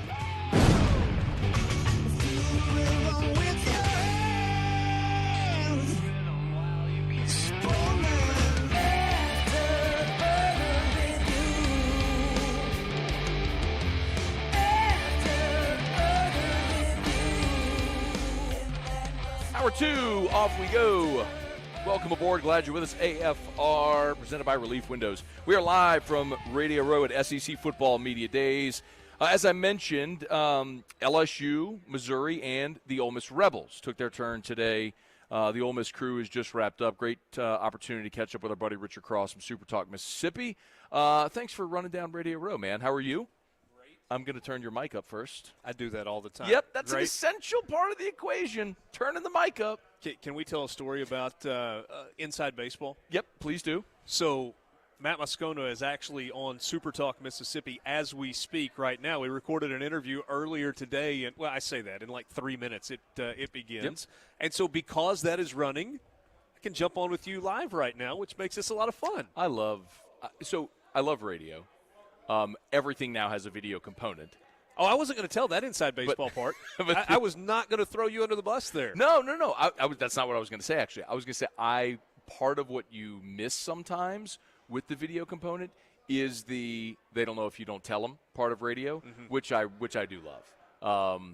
But, yeah, that's gone. Okay. Ole Miss took their turn today. I don't know how much you got to hear from Lane and the players and all as they kind of went about their day, but was there anything today that was new or surprising? No. Okay. How do you? Was that a good enough answer? Yes, that's perfectly fine. How, when you go 10 wins, Sugar Bowl, how do you, if you're Ole Miss, build upon that? Because that has to be the expectation, right, Richard? You get to the New Year's 6. How do you take the next step? I think the next step for Ole Miss as a program is about consistency. You look at Ole Miss through the years, and their season to season, or maybe if you want to say 2 or 3 season windows, look more like a roller coaster or an echocardiogram than just kind of like a smooth trajectory. Highs followed pretty quickly by lows, and then a climb back up to highs, and then it drops again. And so Ole Miss lost a lot off that team, including an All-American caliber quarterback who willed them kind of grabbed them and dragged them to 10 wins a season ago. Incredibly talented, talking obviously about Matt Corral. But the roster is talented, and maybe even overall a little more talented. Obviously, you probably take a step back at quarterback just a little bit. But to me, the step forward for Ole Miss is not whether or not they turn around and they match 10 wins in the regular season like they had a year ago. But can they avoid, not just this year, but over the next 2 or 3 years, having a fall-off-the-cliff season where it goes down to 3-9 or 4-8, and then they got to try and work their way back up. And the schedule this year kind of presents itself in a way that this is a team that needs to grow up a little bit, right? They need to develop some chemistry, have a little bit of continuity, maybe kind of go through the fires a little bit, figure out who the quarterback's going to be. But it's a schedule that gives them the opportunity to get off to a really good start, maybe without even playing their best football, so that when they make the turn at the halfway point and the schedule gets more difficult, they're more ready for that. Troy, Central Arkansas, at Georgia Tech. Is that a true road game? That's here in Atlanta? Okay, at Bobby Dodd. Yep. Tulsa, then home against Kentucky, at Vanderbilt, home against Auburn. Yeah. Is Ole Miss favored in every one of those? I need to know more about how Kentucky looks during the first 4 weeks of the regular season, but I think it's Ole in Miss, Oxford. I know. I think they will be favored in all 7 of those games. I suppose there is a scenario where Auburn is better than any of us want to give them credit for, where they beat Penn State at home and they're off to a 5-1 or a 6-0 start going into that game. Wow. It's interesting because I'm looking at the Ole Miss schedule now. And I'm glad that now that we're 6 weeks from the start of the season, you can finally take a look at Ole Miss's schedule. Why would I look at Ole Miss's schedule? We talk about LSU sometimes. We don't really talk about – we really don't. I mean – anybody other than LSU? Or it's just not Ole Miss? But, you know what it is, honestly, and you can appreciate this, and we will talk about baseball in a second, but because, baseball and then also Saints Pels, right? I mean, carry so much of the I get it. Of the currency. So it's so let me tell you why we talk about LSU. So Sports Talk Mississippi on Super Talk is statewide. It's in all 82 counties in Mississippi. And the Mississippi Gulf Coast has a huge LSU faction there. I mean, you got folks in Biloxi and Gulfport and Pass Christian and all those that care a lot about LSU. Makes sense. And so obviously we're driven by conversation about Ole Miss, Mississippi State, and Southern Miss to a lesser degree. But after that, it's LSU. That makes sense. But you have your branches. You've got Ole Miss, Mississippi State, absolutely, LSU, Southern Miss. Like our branches are LSU football, baseball, basketball. Because I mean, you understand that it's sort of a rare instance I completely get it. When you can actually talk baseball and get ratings. But we're in one of those markets where you can, right? Yeah, well, and we feel incredibly fortunate about that as well. I would guess that there's not a radio show in America that spends more time on college baseball than we do, because it's Ole Miss and it's State and Southern Miss that makes also. Sense. That makes sense. So, it's crazy. To pivot back to Ole Miss in the season, we were looking at the schedule. Yeah. I asked you, could you build upon that? Well, I look at the schedule and I say, well, this is a schedule that's built to do that, right? So if this is a regression, let's say it's an 8-4 type year, I mean, against this schedule. Here's the problem. Okay. If Ole Miss goes 8-4, let's play both sides of this. Okay. Let's say they get off to a 7-0 start and they go 8-4. That was disappointing. Oh, for sure. Because you just got off to a 7-0 start and then you finish the year 1-4. 1-4, yeah. And that's a really, really tough That's finish to a year. But if they get off to a 7-0 start and then they go 2-3 in those final 5 games, read those final 5 games off. Yeah, so you're at LSU. Yep. At A&M. Bama. Yep. At Arkansas. Right. Mississippi State. And I think the only one that you look at that and you go, you're not winning that game is Alabama. Sure. I don't know. Maybe they're just going to go 11-1 this year. Probably not. Probably not. But schedule matters. I mean, there was a year. God, I mean, Ole Miss's 2 Eastern Division opponents this year are Vanderbilt, who's the permanent, and Kentucky. It's a heck of a break. And the contrast to that is, say, LSU. You get Tennessee rotating on, albeit at home. You've got to go to Florida. I mean, the schedule isn't favorable. Right. But sometimes it just works out that way. Yeah. It's pretty fascinating. Okay, is Jackson Dart the quarterback? I think when it's all said and done, yes. But there is a true competition, and it's not like, they say we're having a competition. And the reason is, there's more familiarity with the offense. That's not the reason for Luke Altmaier. He's going to protect the football, and he's going to make good decisions. And I think there's some real gunslinger in Jackson Dart. There's going to be more arm talent there. There's more upside there. Higher ceiling for Jackson Dart, higher floor for Luke Altmaier. If that makes sense. Yeah, that makes sense. And so for those reasons, I think it is absolutely a legitimate competition. But I'd be a little surprised, not shocked, but a little surprised if Dart doesn't win it when it's all said and done. They got weapons. Jerry O'Neally's gone. It was so fun, to watch. Yeah. Former 5-star transfer in. Zach Evans going to be a running back, transferred from TCU. That's a really interesting one that's probably a little understated. Zach Evans was a guy everybody wanted. Everybody. And goes to TCU. Included, never mind. He's a little cuckoo. Is he? He's a little crazy? Was. Hopefully that you grow older, you mature a little bit, things get a little bit better. Yeah. If you followed his recruiting at all, that guy was nuts. He was the guy that committed and decommitted 5 times from everywhere, and pushed back his date and this and that. But that's happened. Sure. That's happened before. And Ulysses Bennett the fourth, the transfer from SMU. Oh, what a presidential name. Yeah, no doubt. Ulysses Bennett the fourth. Yeah. Wow. It's strong, isn't it? Sounds like a Civil War general. It kind of does. Maybe I'm just because of Ulysses Grant, who was also a president and a Civil War general, but it kind of feels like that, doesn't it? Yeah. The fourth is kind of what it does. Helps. That also. makes it a little fratty, though. Yeah. So, Jonathan Mingo at wide receiver, senior, he was off to a great start last year. In week 3 against Temple, he had 9 catches for $136. He had 2 catches for 55 yards and a touchdown against Louisville in the opener. I think he had 4 catches in the first 3 games, and then he had a foot fracture and missed the next 6 weeks, and that kind of went sideways. So you got Mingo healthy. Michael Trigg is somebody that's really interesting to watch. He's the transfer tight end from Southern Cal. Crazy athletic. In fact, I talked with Jonathan Mingo about that earlier today. I was like, give me a comp on him. I was like, Kenny Yeboah from a couple of years ago. He's like, yeah, he's better than that. He said athletically Kyle Pitts. Wow. He said now he's more raw than that. Yeah. And this is a teammate that said that about that. So we'll see what his development looks like. There's a wide receiver transfer in from Western Kentucky, a transfer in from UCF and Jalen Robinson. You got Coy Moore, too, from transfer LSU. in from Louisville. Oh, no, Coy Moore was coming in, but then went JUCO, right? Yeah, I think that's where it ended up. Yeah. So there's some pieces. They've got to be better at wide receiver than they were a year ago. You and I have had this conversation up, but I always look at Lane and I go, yeah, they're going to score. They'll figure it. They'll just score points. He's a great offensive play caller, great play designer.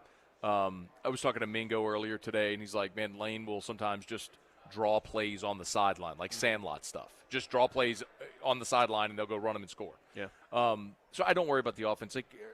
Is the defense going to be good enough? I think so. I think they're going to be really good in the back end. Huge, and I say in the back end, so you got Otis Reese, who's now a multi-year starter, the former highly recruited guy that transferred in from Georgia and eligible last 2 games of the season of the COVID-shortened season, or 3 or whatever it was, and plays a big role last year. A.J. Finley's a veteran back there. They've got some pieces, at safety, at corner that they feel pretty good about. To me, the big question is linebacker. And a year ago, linebacker play was really, really good. Chance Campbell came in and made a massive difference. Jake Springer was good, kind of playing one of those nickelback positions, however you want to label it. Mark Robinson, former running back at Southeast Missouri State. Wow, this guy can play linebacker in the SEC. It was the best linebacker play that Ole Miss has had as a unit since probably 2014. Patrick Willis? No, he'd have been before 07 was Willis? Yeah. I'm trying to remember who was 14. That's when you had Kimdichie. Not Robert Kimdichie, but Denzel Kimdichie. Yep. And you had Bird. That was the team that played in the Bird Peach Bowl. Bryant. Yep. Yeah. I mean, they had pretty good group on the defensive side. Guys. You also had Mike Hilton, who's starting in the NFL and covering the best slot back on whoever's opponent. You had Cody Pruitt, who got drafted by the Titans. It was at the back end. Good grief, there's somebody else on that defense that was a pro. Sinquez Golson, who had played with Steelers for a little while, kind of got banged up. So, I mean, there were some NFL guys on that defense. Before you go. So, I think they're going to be good enough. I think Ole Miss, just looking at the schedule, I think makes them fascinating because if you figure out quarterback and what you just mentioned there, and you have Kentucky's huge on October 1st. That's a huge game. You've got a month to figure those things out and probably not drop a game. You know what I mean? Yeah. So that does make them very interesting. Before you go, I have to ask you though, baseball national championship, is it? I heard about that. Tell me more. Is it the greatest Ole Miss sports achievement? Jake Gibbs, Johnny Vaught, that's a long time ago. Yeah, I was not there for the 1960 national championship in football. I have to believe that was a really big deal at the time. Yeah. In my lifetime, certainly, yes. And I was so happy for Mike and Cammie Bianco. And I mentioned his wife, too. I mean, it was a tough year for them, kind of getting to this point. Yeah. I mean, you and I have talked. It was over. I mean, it was over. It's crazy. And it's not over anymore. It's not over anymore. It's now a statue. That's the difference. And I was so happy for them because they're such good people. Yeah. And I know there are a lot of people in the Baton Rouge community that still know and think absolutely the world of them. Baseball stuff aside, just them as people. So I was thrilled for them. I was thrilled for me, too. I've been buying Ole Miss baseball season tickets since I was 11 years old. Cutting grass. Mom worked on campus, got faculty staff discount, half-price tickets. I paid $45 for my season tickets in 1993. I love it. And I've been doing it ever since. That was a heck of a lot of fun. I know LSU fans can relate. That's a neat feeling to see your team take the trophy off the field. It is. I'm not a cheer for the conference guy, but Ole Miss winning does not do anything for LSU, right? Sure. But I'm very happy for you to get to experience awesome stuff. It is Thanks, cool man. to get. It was to see cool. That Saturday night game felt like a football game in Omaha. It looked like it. I mean, it looked a little rowdy. It was good for the economic development of downtown Omaha as well. I'm here to tell you. There were many Jello shots consumed, so I heard or saw on Twitter. 18,000. That's a lot of Jello shots. Stupid. That's a lot of Jello shots. He is Richard Cross, Super Talk Mississippi at Richard Cross STM. Yeah, on Twitter. Give him a follow. I appreciate you as always, man. Thanks you so much. All right, that is Richard Cross. This is After Further Review. We will continue from Radio Row at SEC Football Media Days. Our coverage, of course, all week is brought to you by Hudco Roofing and HudcoRoofing.com. We'll return. AFR. AFR is brought to you by Pluckers, Nicholson, just south of campus, Bluebonnet, right in front of the Mall of Louisiana. Dine-in, carry-out, or delivery. 28 flavors of award-winning jumbo chicken wings, ice-cold draft beer, full-service bar, sports on TV. We had Drew's birthday party on Saturday before I was Wheels Up Sunday here, and we had Pluckers. I'm going to tell you, their catering trays are an awesome option. We did the boneless buffalo bites. So you can do their wings, which are the tenders, or you can do the bites. They're just basically bite-sized nuggets, like you're talking about lean, white meat, breaded, fried, tossed in your favorite wing sauce, did a pan of mac and cheese as well. If you're having a party, a birthday party, a game watch party, tailgate, whatever it is, don't forget about Pluckers. Nicholson, just south of campus. Bluebonnet right in front of the Mall of Louisiana. Dine-in, carry-out, or delivery. Remember, it is at Pluckers, where tonight and every Monday, it's all-you-can-eat wings, so get on by either Pluckers location. Remember, it's Pluckers, where if you don't like our wings, we'll give you the bird. Bayou Ford has $10,000 off new Ford F-150s. We have new 2021 F-150s on our lot now with $10,000 off MSRP. And all new Bayou Ford vehicles come with a 1 million mile powertrain warranty. If you need sales or service, the crew at Bayou is going to do right by you. I've been doing business with Luba for 25 years. They're dependable, trustworthy. It's just the attention to detail with our clients. Our folks have years and years of experience. They're highly trained professionals, but many companies have that asset. What I'd like to think makes Luba a bit different is that we use those talents in a way that truly is dedicated to serving the needs of the folks who depend on us.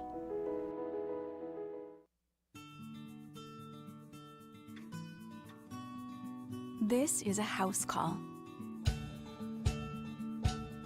This is a follow-up appointment. This is a diabetes checkup. This isn't just more convenient care, it's more advanced care. This is innovating healthcare at Louisiana's #1 hospital, Ochsner. ServiceMaster Elite create clean, disinfected work environments. As a local business, we take pride in serving the New Orleans and Baton Rouge areas. Our cleaning protocols follow CDC and OSHA standards for healthcare settings, offices, senior living, restaurants, and industrial plants.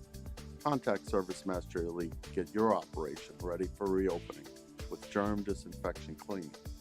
ServiceMaster Elite, the trusted choice in professional cleaning since 1996. It's no secret.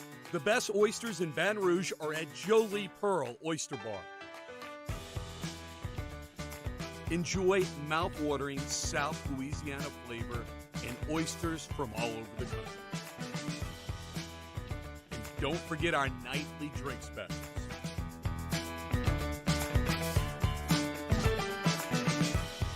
Jolie Pearl Oyster Bar, located in downtown Baton Rouge.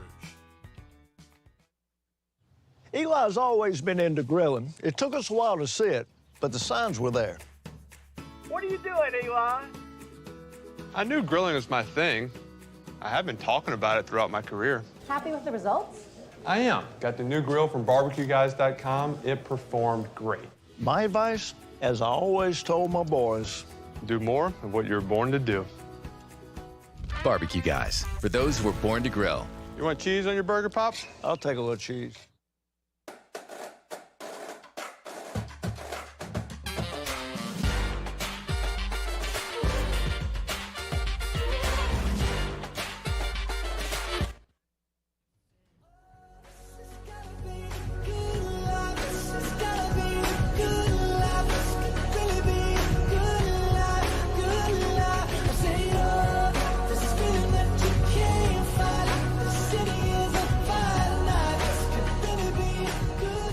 Live from the 2022 SEC Football Media Days, presented by Hudco Roofing.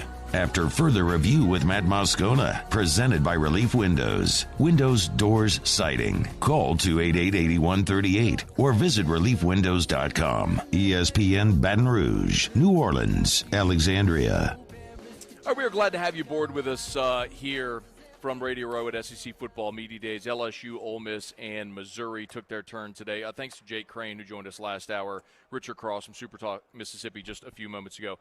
I have to give you a brief moment of disclosure because I did tease something that now I know is not going to happen. Earlier today, we, while the LSU guys were here, were able to record interviews with Mike Jones, B.J. Ojulari, and Jack Besh. We also did an interview with Jonathan Mingo, Ole Miss receiver, and actually also with Richard Cross, but we had ended up with bad audio on all the interviews, so they're not airable. So I apologize greatly. And believe me when I tell you, it sucks. Not only because it was LSU's day and we had a lot of great content for you that we can't share now, obviously, but also that was roughly half of the show. That was canned earlier, so that we're not going to be able to air. So I apologize. But what I would like to do is take a quick moment, and nothing will obviously replace me being able to play the interview for you. But I want to give you a thought on the conversations that I had with Mike Jones, Jack Besh, and B.J. Ojulari, and I want to start with Mike Jones. Every year we come to this event. And I told Mike this, by the way. Every year we come to this event, and there are players that just steal the show. And in my opinion, that's how it should be. The coaches are, in many respects, the stars. People know Jimbo Fisher and Nick Saban and Lane Kiffin and Mike Leach and Brian Kelly, and they make a lot of money, and they've been in the public eye for a long time, and I understand why there's an attractiveness and an intrigue. But I like when the players become the stars of the event as well, because you can have a moment where otherwise a player you'd never hear from or talk to can gets an opportunity to do something like this and you basically talk in broadcast media for 4 straight hours, and people all over the region, all over the world who may never be exposed to these players get that opportunity. I know TJ Moe was a really interesting. Absolutely, yeah. What's up, man? How are you? Hang on, I'm gonna need to, we are live on radio real quick. Go ahead. You can go ahead and grab that headset there. So,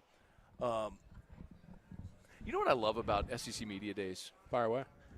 I love that, and we've been doing this a long time, but I love that every time you're here, you never know who or when someone is just going to sit in the chair. That's awesome. So it is actually pretty cool. Barrett Banister is our guest from Missouri, senior wide receiver. Yes, sir. Hey, man, I'm Matt. We're on Baton Rouge in New Orleans. Barrett, We're all over Louisiana. We just made an introduction. I was actually just getting ready to start talking about some of the LSU guys that rolled through here today, but I appreciate your time very much today. How did your day go? You're finished, yeah? Yeah. How did your day go? You're ruining it. I'm well, kidding. No, I'm messing with you. I'm messing with you. You know what's funny, man? I was literally, when you sat down, I was telling a story about how the first year Mizzou was in the conference, TJ Moe came. Yeah. You remember TJ Moe? Yeah. TJ Moe just absolutely stole the show that day. Really? He talked about it was Mizzou's first year in the league, and he said, "Great to be in the SEC. Where the women are prettier, the toilet paper's softer. It was great." But the thing is, you have an opportunity. I love to do stuff like this because you and I would probably never have an opportunity to talk otherwise. No. Man, how has the off season gone for you guys? It's been awesome. I think we've done a lot of good stuff for our team, just building the culture and the team we're trying to be this fall, and with the new way college football is and the transfers and everything, it's truly a new team every single year. Right. And so I think we're having a great offseason. We're headed on the right path, and we're excited to compete this fall. I was actually earlier today when I was prepping for the day, I always like to read the bios of all the guys that are coming, and I noticed that you're from Fayetteville, Arkansas. I am. Okay, so have you answered this already today? Possibly. All right, how many times? Fire away. Okay. Fire away. How does that happen? Did you grow up an Arkansas fan? Yes. Okay. So uncle, granddad, both played there, both coached there. Oh. My granddad actually coached McFadden. Nice. My uncle did, not my granddad. Uncle. So long story short, pretty much wanted to walk on there. Told me I couldn't.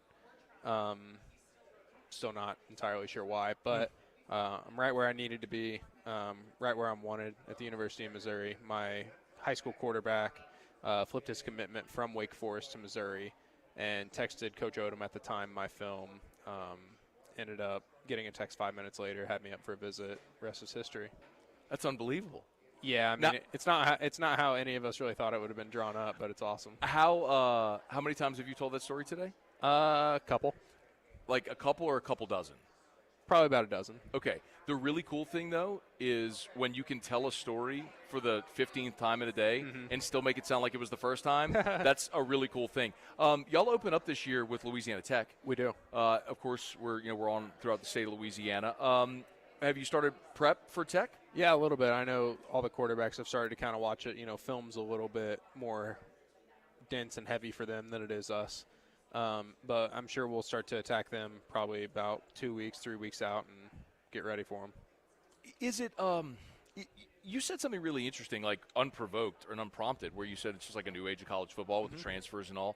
Like, I mean, your quarterback is now the Indiana quarterback. I mean, Connor Bazelak transferred out of Missouri. He's at Indiana now. So when you had those reps and all that rhythm and then it's gone, what's like – how has it gone this offseason? Like, what are you all doing to try to get that timing? I mean, a bunch of routes. Like, that's the thing is, football's football. Like, 10-yard out's 10-yard out, but each quarterback's throwing it different.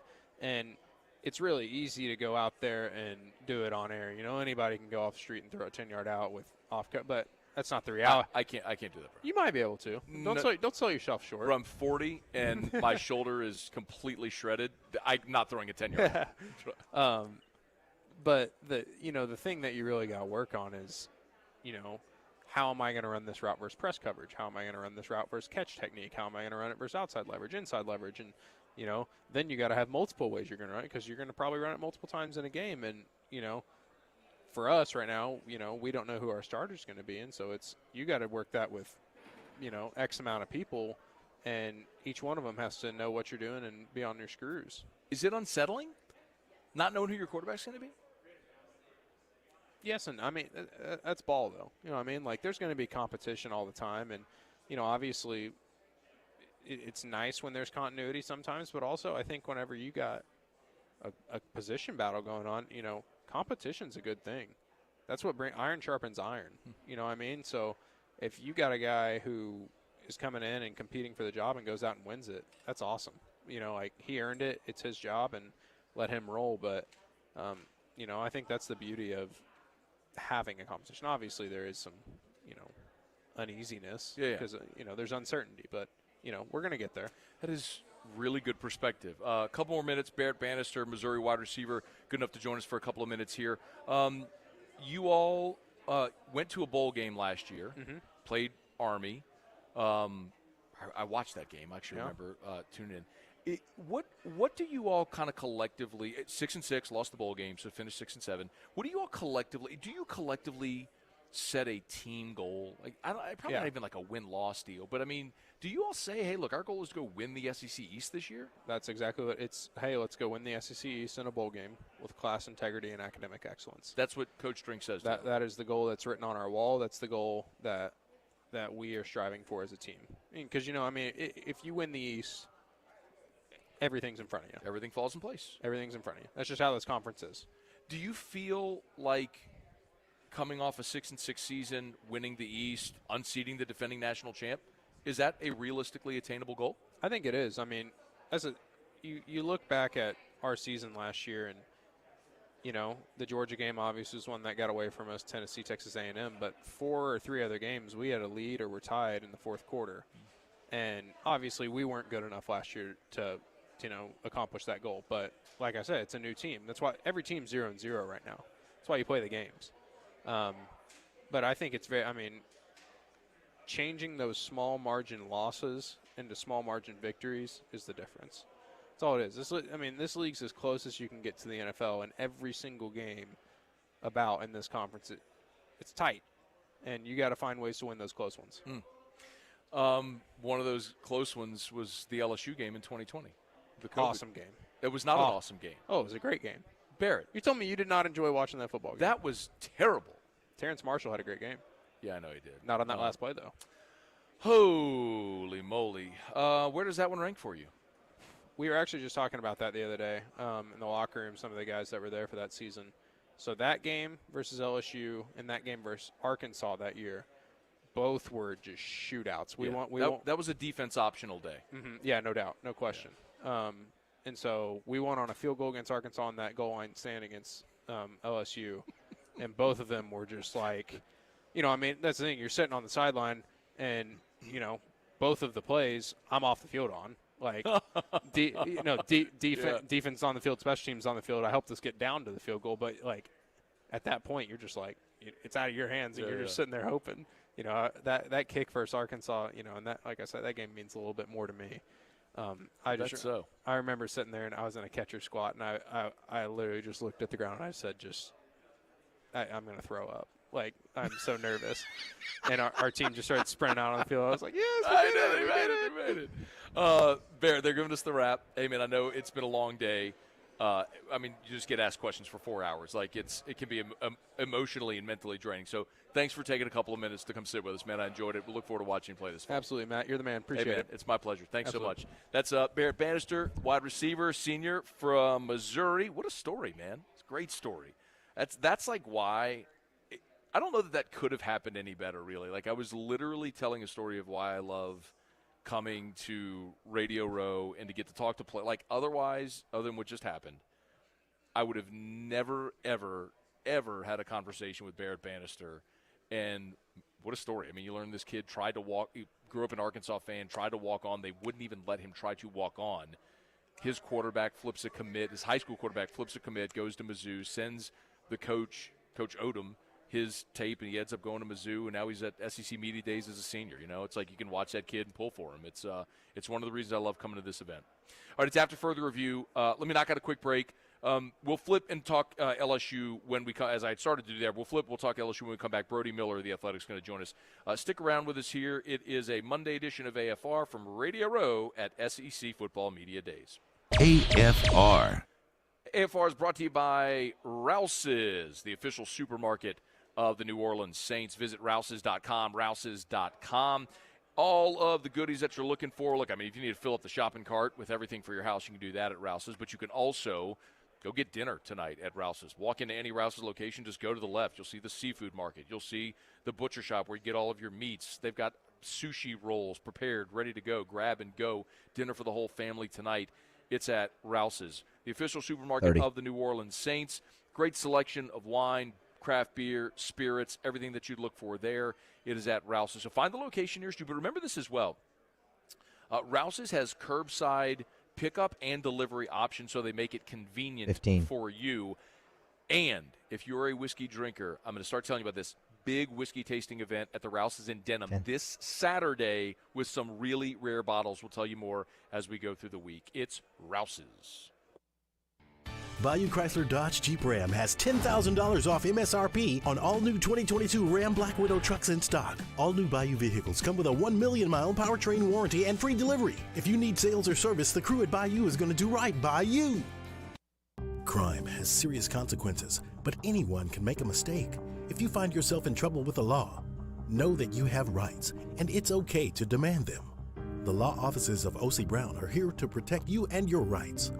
Felony or misdemeanor, DUI or drug charge. No matter what crime you're accused of, you still have rights. Let the law offices of O.C. Brown uphold them. Call 225-343-1111. Your law firm for a lifetime.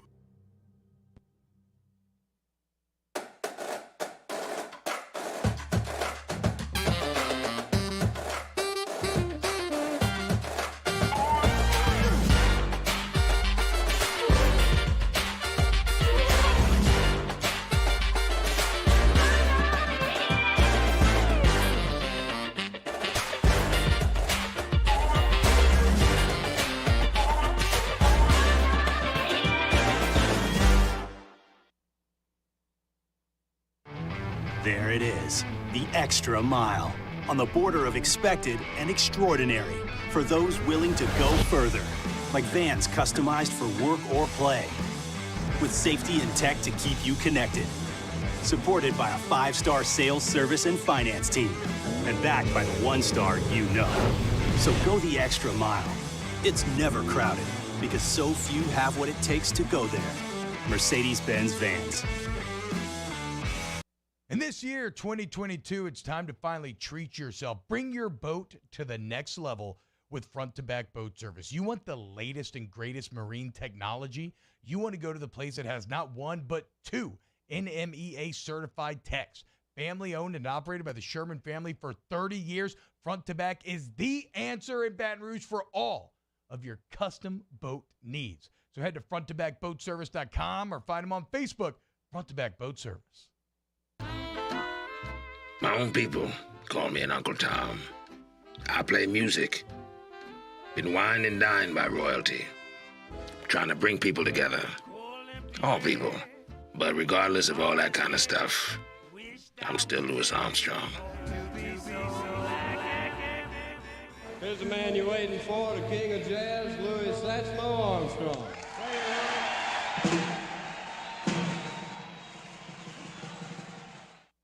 There's nothing better than tailgating, but it can be a lot of work. So why do it yourself when you don't have to? Let Revelry Sports and Entertainment set up your luxury tailgate on campus. Order what you want and just show up to party. Book your tailgate today at revelryteam.com.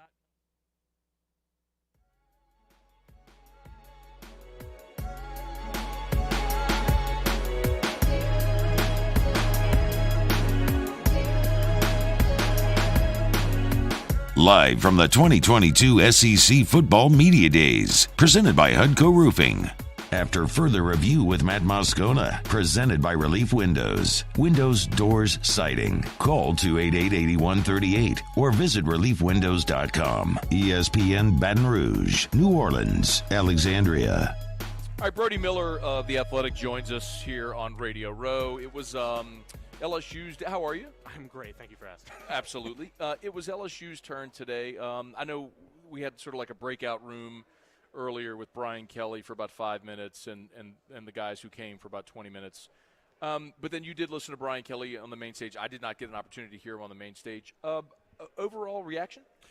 I feel like the theme of him today to some extent was like he was in on the joke because for reasons that I roll my eyes at, to be clear, everyone at SEC Media Days wants to make fun of Brian Kelly right now, right? Whether it be for the dancing or the accent and all that. Because LSU reporters, we know him already, right? We've been around it for 7 months. But SEC Media Days, the whole conference, they wanted to make fun of Brian Kelly to some extent. And, he got accent questions. He got, culture adjustment questions. And Greg Sankey made a dancing joke.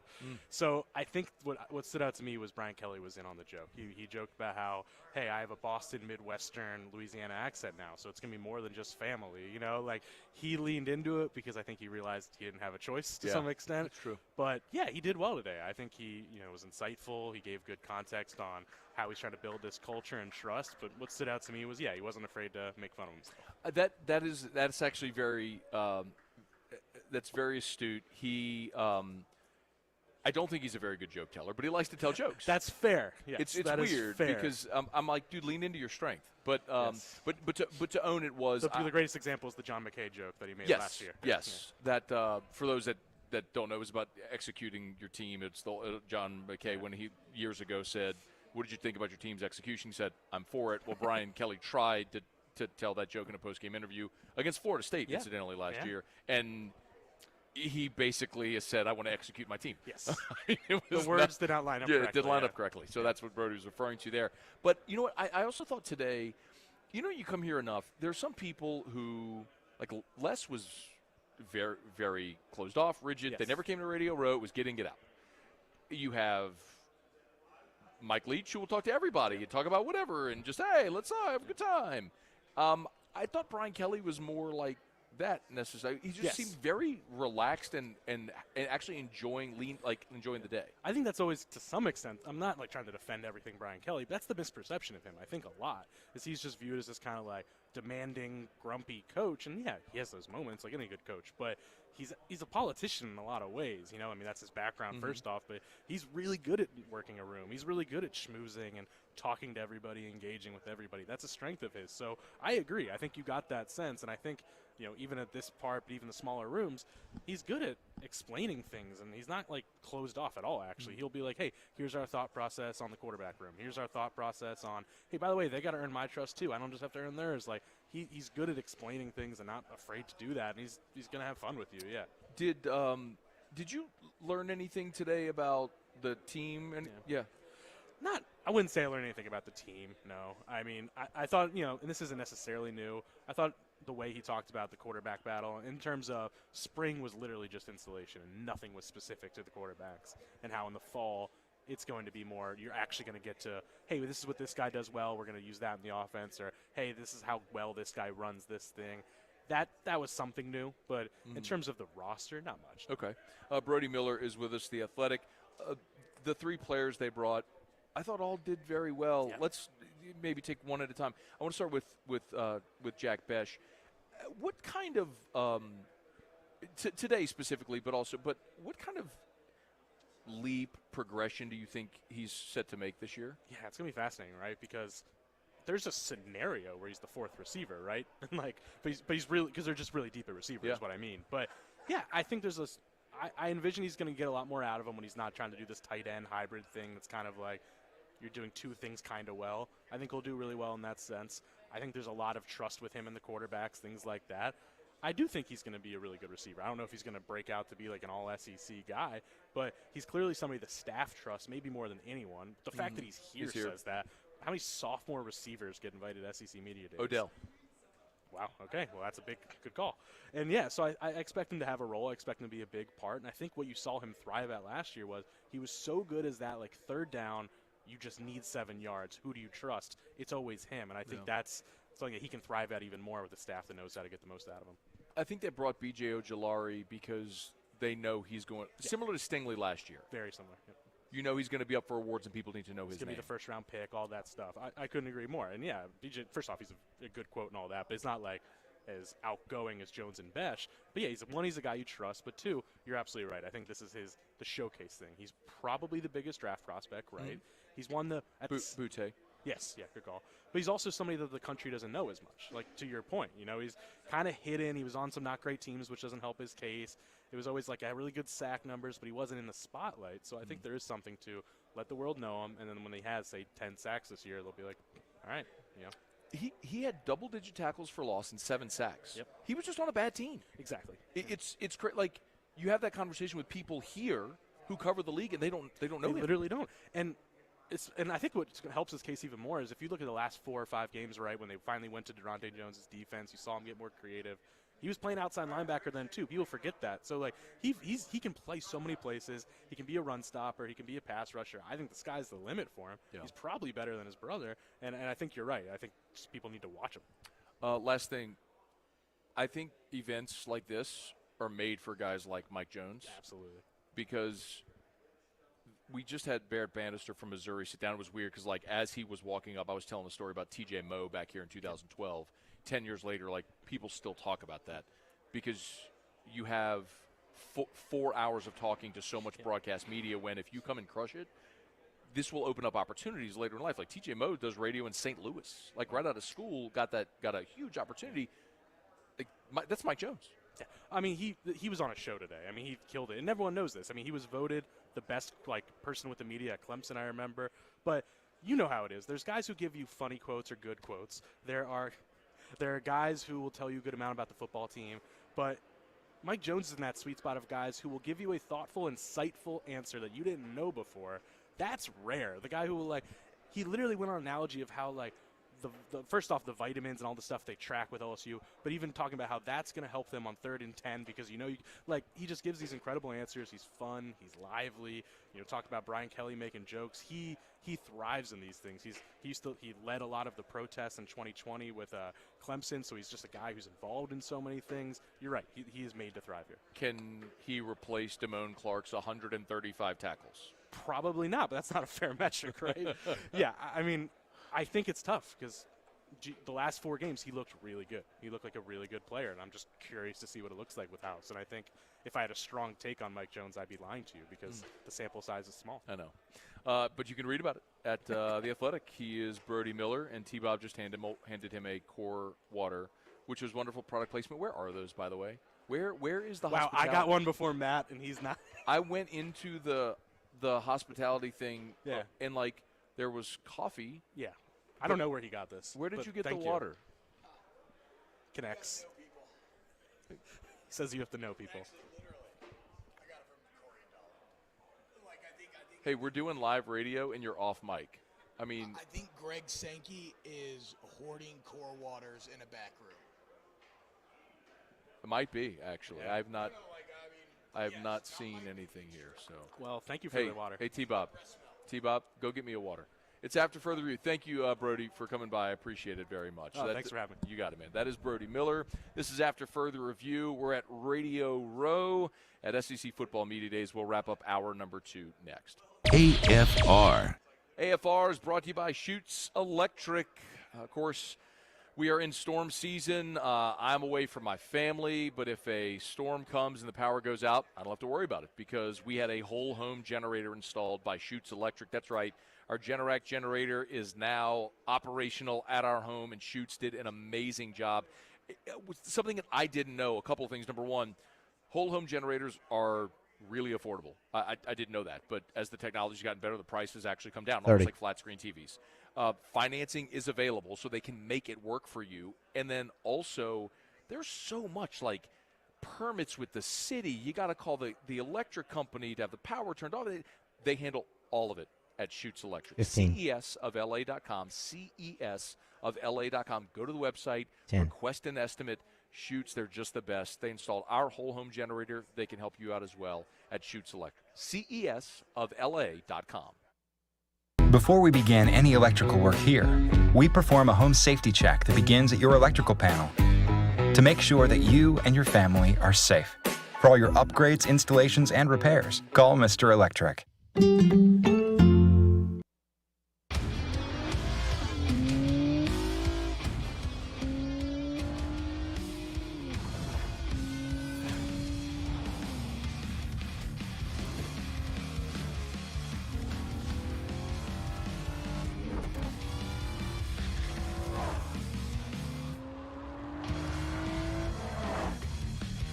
Visit Acura of Baton Rouge for attractive offers on the MDX.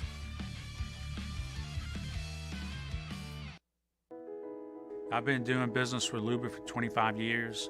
They're dependable, trustworthy. It's just the attention to detail with our clients. Our folks have years and years of experience. They're highly trained professionals, but many companies have that asset. What I'd like to think makes Luba a bit different is that we use those talents in a way that truly is dedicated to serving the needs of the folks who depend on us. For over 53 years, customers have been heading to Happy Town for the Corval Toyota experience. Why? Because they choose to get an outstanding price and amazing customer service. Want the same and get treated like family? Then Corval Toyota in Opelousas is the dealership for you.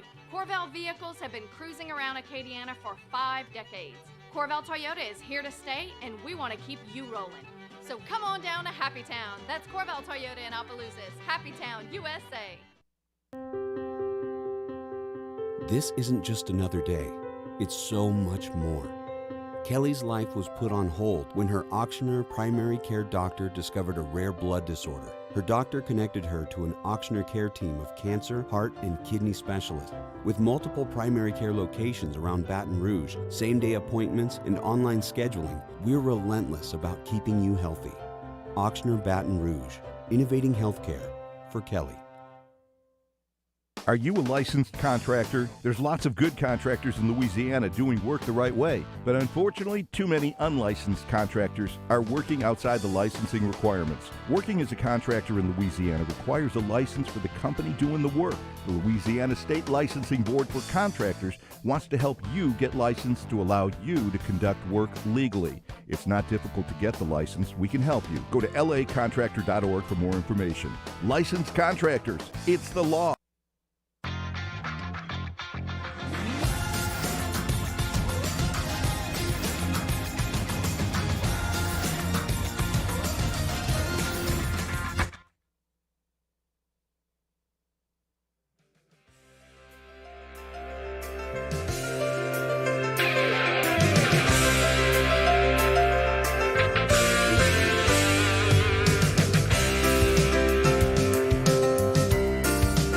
Live from the 2022 SEC Football Media Days, presented by Hudco Roofing. After further review with Matt Moscona, presented by Relief Windows. Windows, doors, siding. Call 288-8138 or visit reliefwindows.com. ESPN Baton Rouge, New Orleans, Alexandria. All right, we're putting a button here on hour number 2. Muse, do me a favor. Jump on Mike back in studio if you would. The Major League Baseball draft rolling along. We know that 2 LSU players were drafted yesterday. Jacob Berry, round 1, 6th overall to Miami. Kay Doty went in round 2 to Toronto. We saw Eric Raiselman today go round 3 to the New York Yankees. Muse, I have not been able to watch any of the draft tracker today.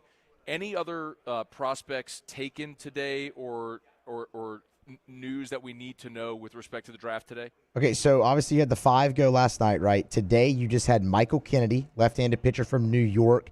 He went early in the 4th round to the Pirates, and then Dylan TeBrock went to the Mets in the 8th round and already announced on this show, that he'd sign, and then tweeted it out to the Mets that he expects to sign. But other than that, Matt, that's it. It went remarkably well for LSU today. That actually is. So what round did they get through today?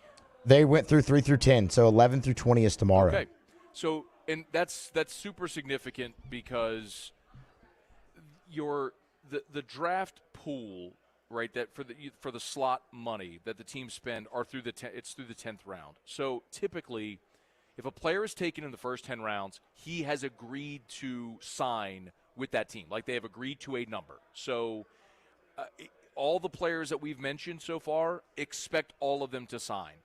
But as Muse mentioned, the great news is that now that you've gotten beyond the 10th round, there are players that, like Gavin Guidry is probably the best example. Muse, tell me if there's someone else I'm forgetting here, but we were worried about Gavin if he'd get his number, and I was told his number was $2 million, and the question was, would he stay firm on that? And I don't know when he would have gotten a phone call, but clearly at some point he passed, right? I mean, there still may be a team that takes a flyer on him late in the draft to see if something comes up, but I would expect to see Gavin Guidry here. I mean, who else might not be missing right now? I'll say this, too. As far as current players, Paul Gervais did tweet out that he's coming back, so that's definitely notable. Okay, Brady Neal would be another one, Matt. Chase Shores announced that he's going to be at campus. That's awesome. That's great news. When we were looking at this, I'll tell you that internally they were hoping to get 11 or 12 guys from this signing class on campus. They are going to do that easily with the way that this has gone. So that's fantastic news. Okay, thanks, Muse. I appreciate it very much. It's just on this day, it's hard to keep up with anything other than this thing that we're here for. 30. So we are at Radio Row at SEC Football Media Days. We're putting a button here on hour number 2.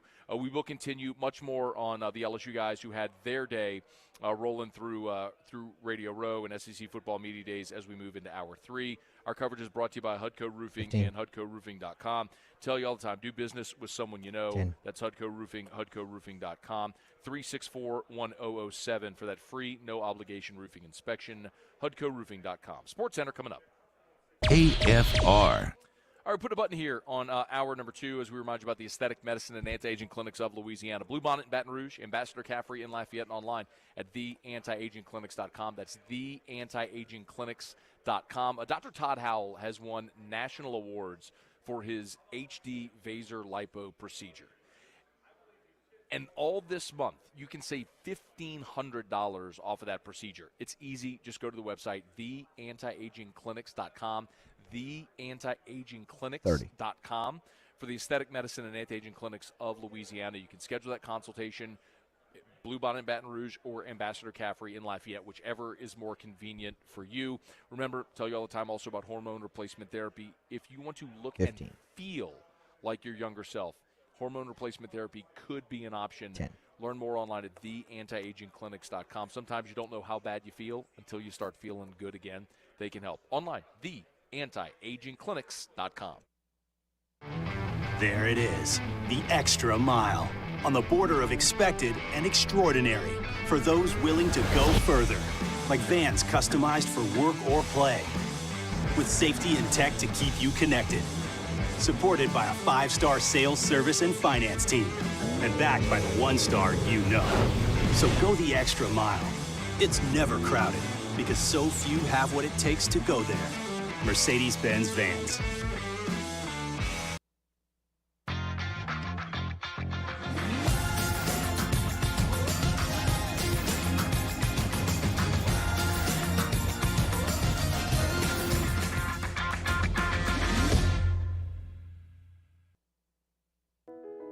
I've been doing business with Luba for 25 years. They're dependable, trustworthy. It's just the attention to detail with our clients. Our folks have years and years of experience. They're highly trained professionals. But many companies have that asset. What I'd like to think makes Luba a bit different is that we use those talents in a way that truly is dedicated to serving the needs of the folks who depend on us. Gulf Coast Office Products is a nationally recognized Savin office equipment dealer based right here in Louisiana. Over 100 employees strong, Gulf Coast has the boots on the ground to support all vertical markets, from education, engineering, legal, and finance. With the latest in office technology, from desktop to production segment units, Gulf Coast and Savin have the perfect fit for you. Call 225-756-2644. That's 756-2644 for Gulf Coast Office Products.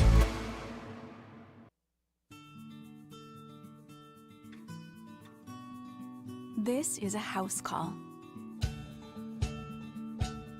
This is a follow-up appointment. This is a diabetes checkup. This isn't just more convenient care, it's more advanced care. This is innovating healthcare at Louisiana's #1 hospital, Ochsner. The best things in summer are unofficial.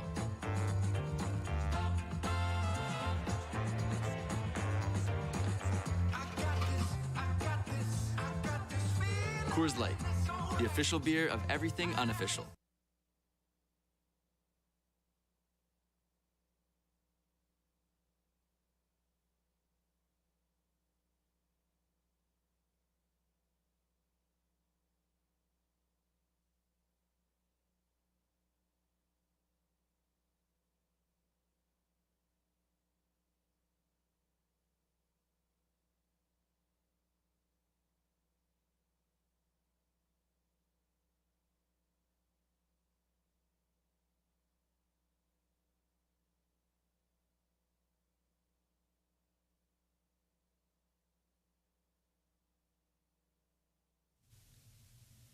This is SportsCenter. I'm Christine Lisi. Breaking the bank is not the goal for James Harden with his next contract. Speaking to Yahoo Sports, Harden said he's told 76ers President Daryl Morey to improve the roster, sign whoever they need, and give him whatever's left over. All that matters is competing for a championship, and he's willing to take less money to do that. ESPN NBA analyst Kendrick Perkins. I'm all in for this version of James Harden. He's been working out. He's been in the gym. I'm around here in Houston hearing nothing but great things.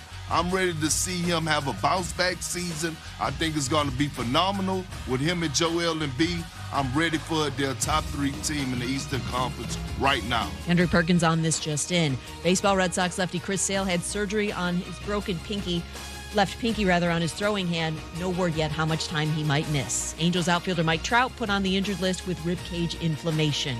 Baseball's home run derby in the spotlight tonight from Dodger Stadium. The Mets' Pete Alonso seeking to become the first player to win the derby 3 straight times. Coverage begins at 8 Eastern on ESPN Radio and ESPN TV. ESPN Radio is presented by Progressive Insurance. If you're a renter, make sure you're protected. Renter's insurance includes options that cover stolen property, personal injury, and living expenses if your place is damaged. Quote renter's insurance at progressive.com. Matt Moscona. I'm very important. After further review. Say it one more time. After further review with Matt Moscona. And here we go. ESPN Baton Rouge, New Orleans, Alexandria. Live from the Mercedes-Benz of Baton Rouge studios. That's right.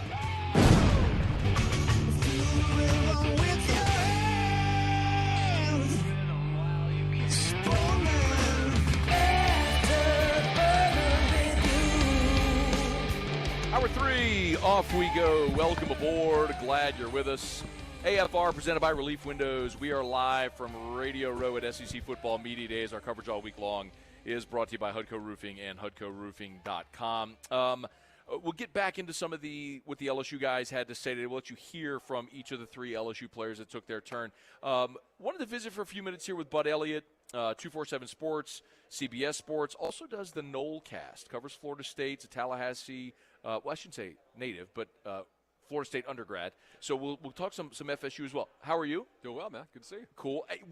And let me start actually with something that we talked about last week on the show that I wanted to talk to you about, which is you do the blue chip ratio every year. So we went through it in in a lot of detail last week, and I was surprised to see LSU on the list this year. Could you take 15, 30 seconds to just tell people what's the elevator pitch for what the blue chip ratio is? Sure, I had to do it for TikTok, so I've got this pretty much down. All right. Although TikToks can be longer now. That is true. So what is the absolute minimum level of recruiting you need to achieve over the prior 4 years if you want to win a national title? That's what I set out to answer in 2010, and what I figured out was something actually pretty clean. You need to sign more 4- and 5-star recruits than 2- and 3-star recruits. I'm like, oh, that's awesome. I can turn that into graphics. I can turn that into an annual article, and it's one of the few I still write. So more 4- and 5-star recruits signed than 2- and 3 stars. I have ways to make it better, actually, that I've modeled privately, but they're more complicated, and people like simple. And this has not failed so far. It's perfect. It has not failed. Cincinnati maybe had you kind of maybe biting your fingernails a little bit, but they were realistically not going to win anything. No, I've seen Cincinnati. I mean, okay, good. It's a good story. It's my now, guy. Look, I will it's say, my guy. Cincinnati. I mean, Oregon with Mariota scared me a little bit.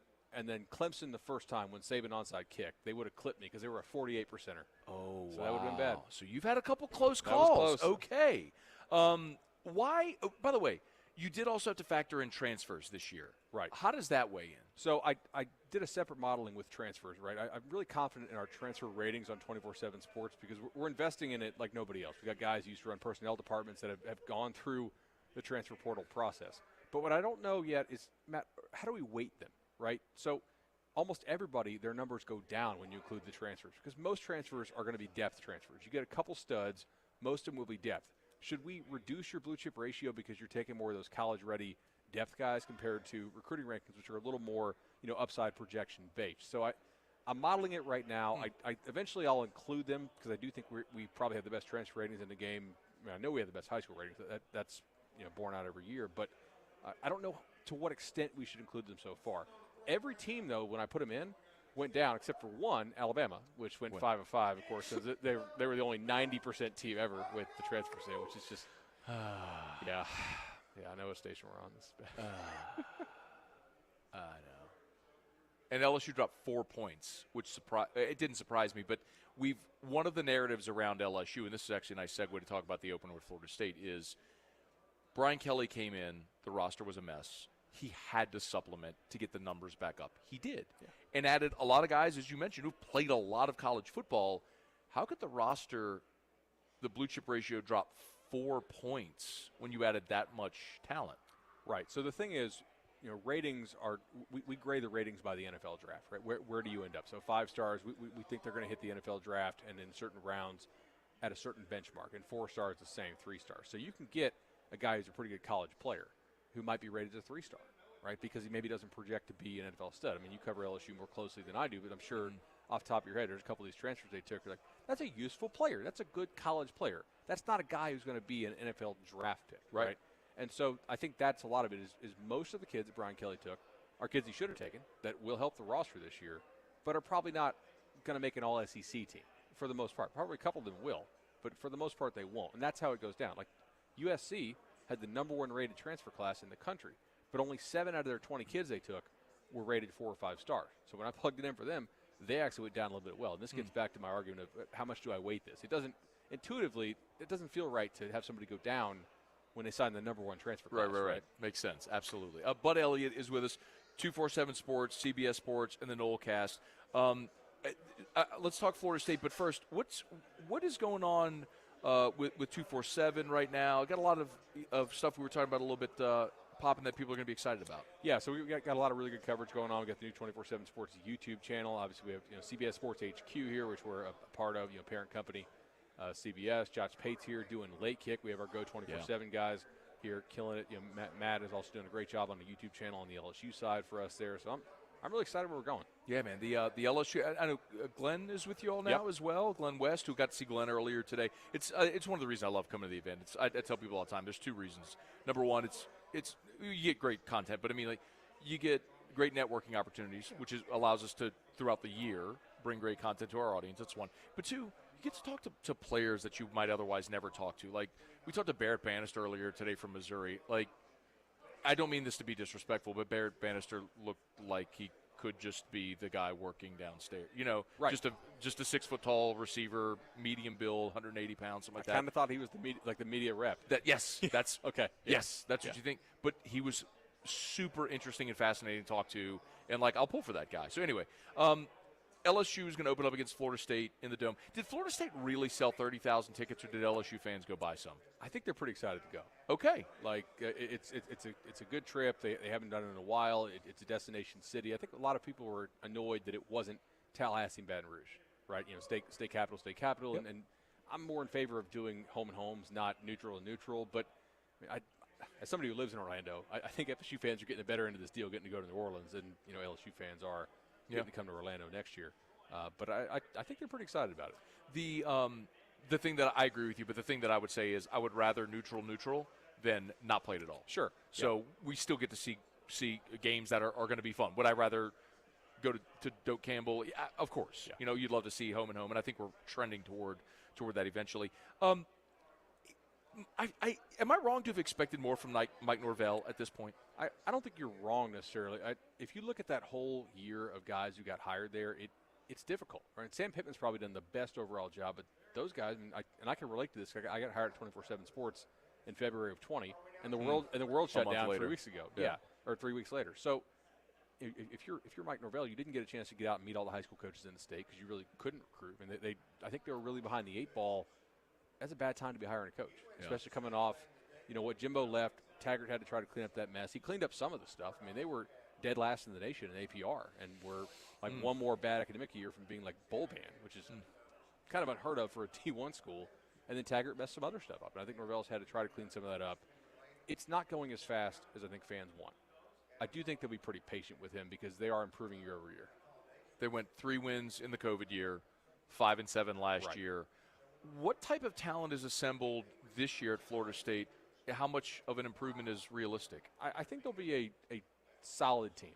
Now, the ACC has a lot of really good quarterbacks this year. I mean, it's probably the best quarterback league in the country. I would guesstimate with Van Dyke and Armstrong and Leary and Sam Hartman and Keaton Slovis is in the league now. Malik Cunningham at Louisville. JT Daniels. Right. So West Virginia. Sorry. West Virginia. Sorry.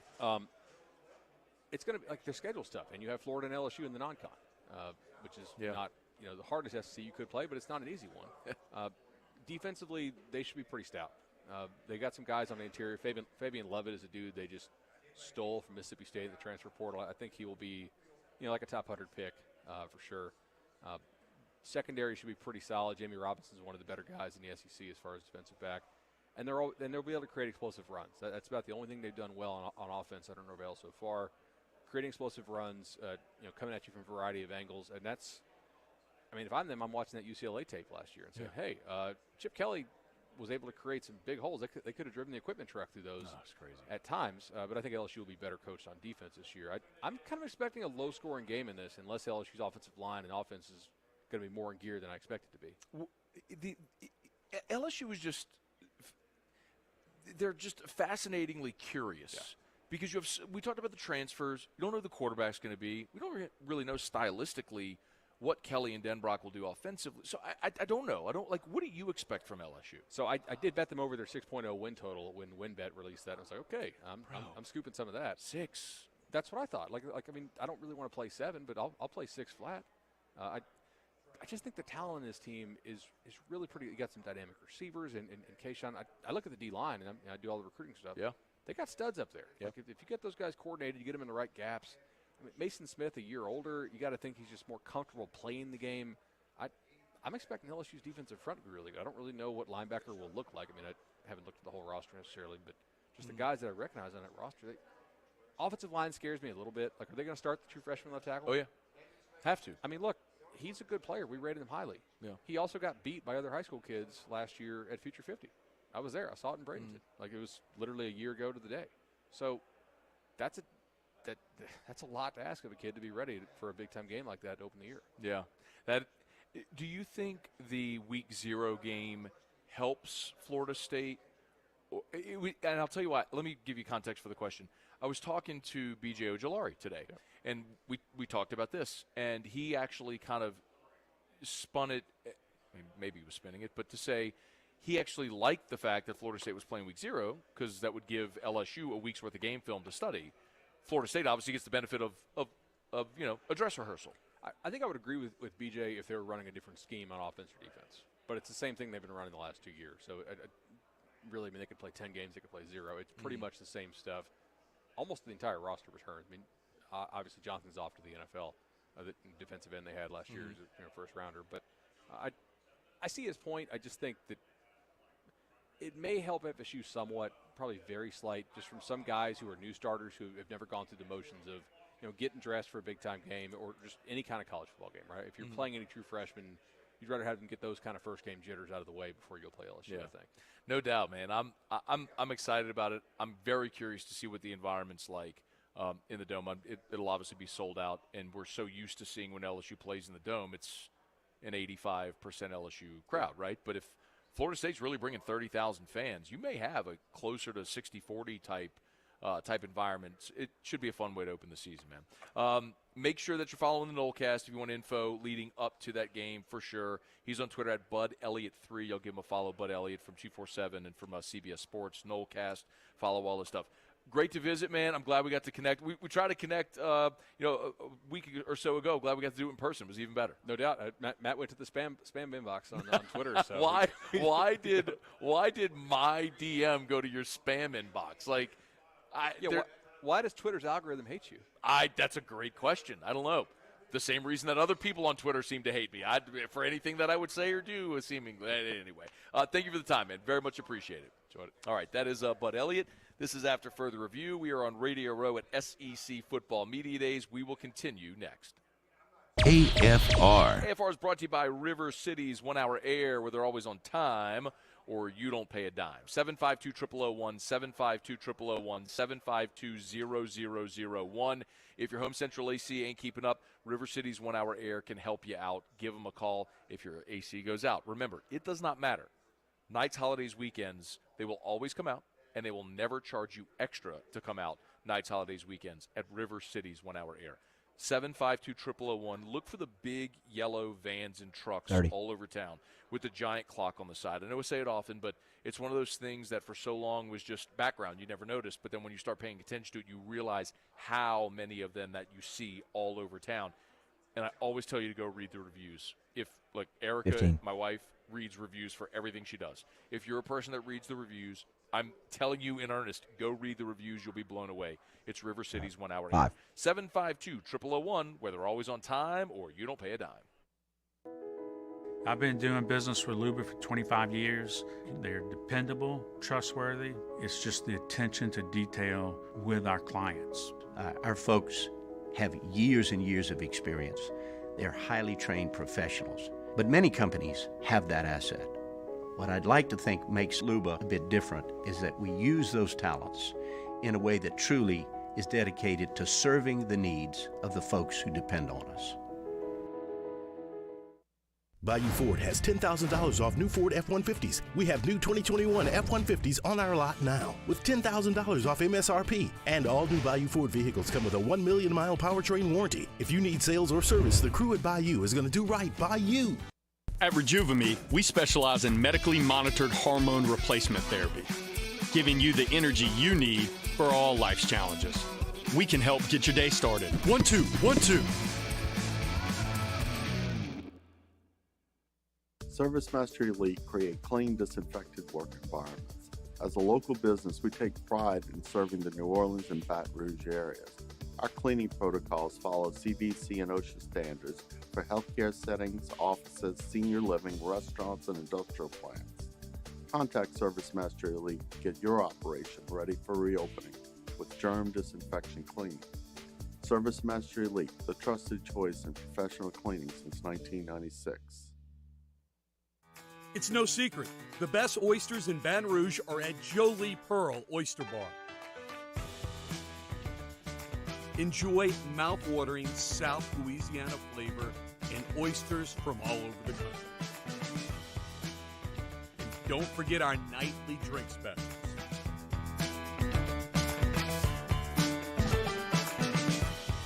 Jolie Pearl Oyster Bar, located in downtown Baton Rouge.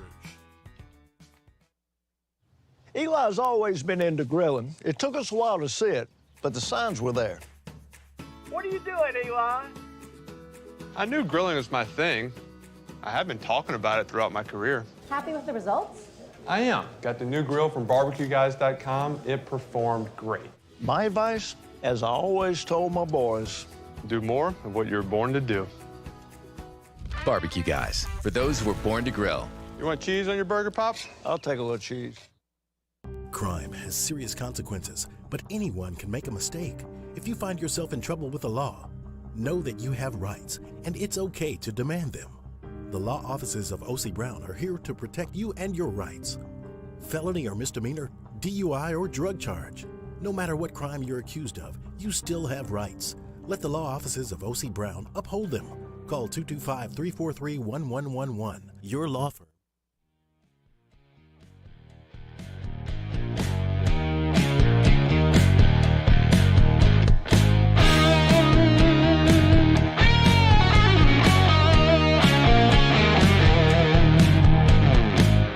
Live from the 2022 SEC Football Media Days, presented by Hudco Roofing.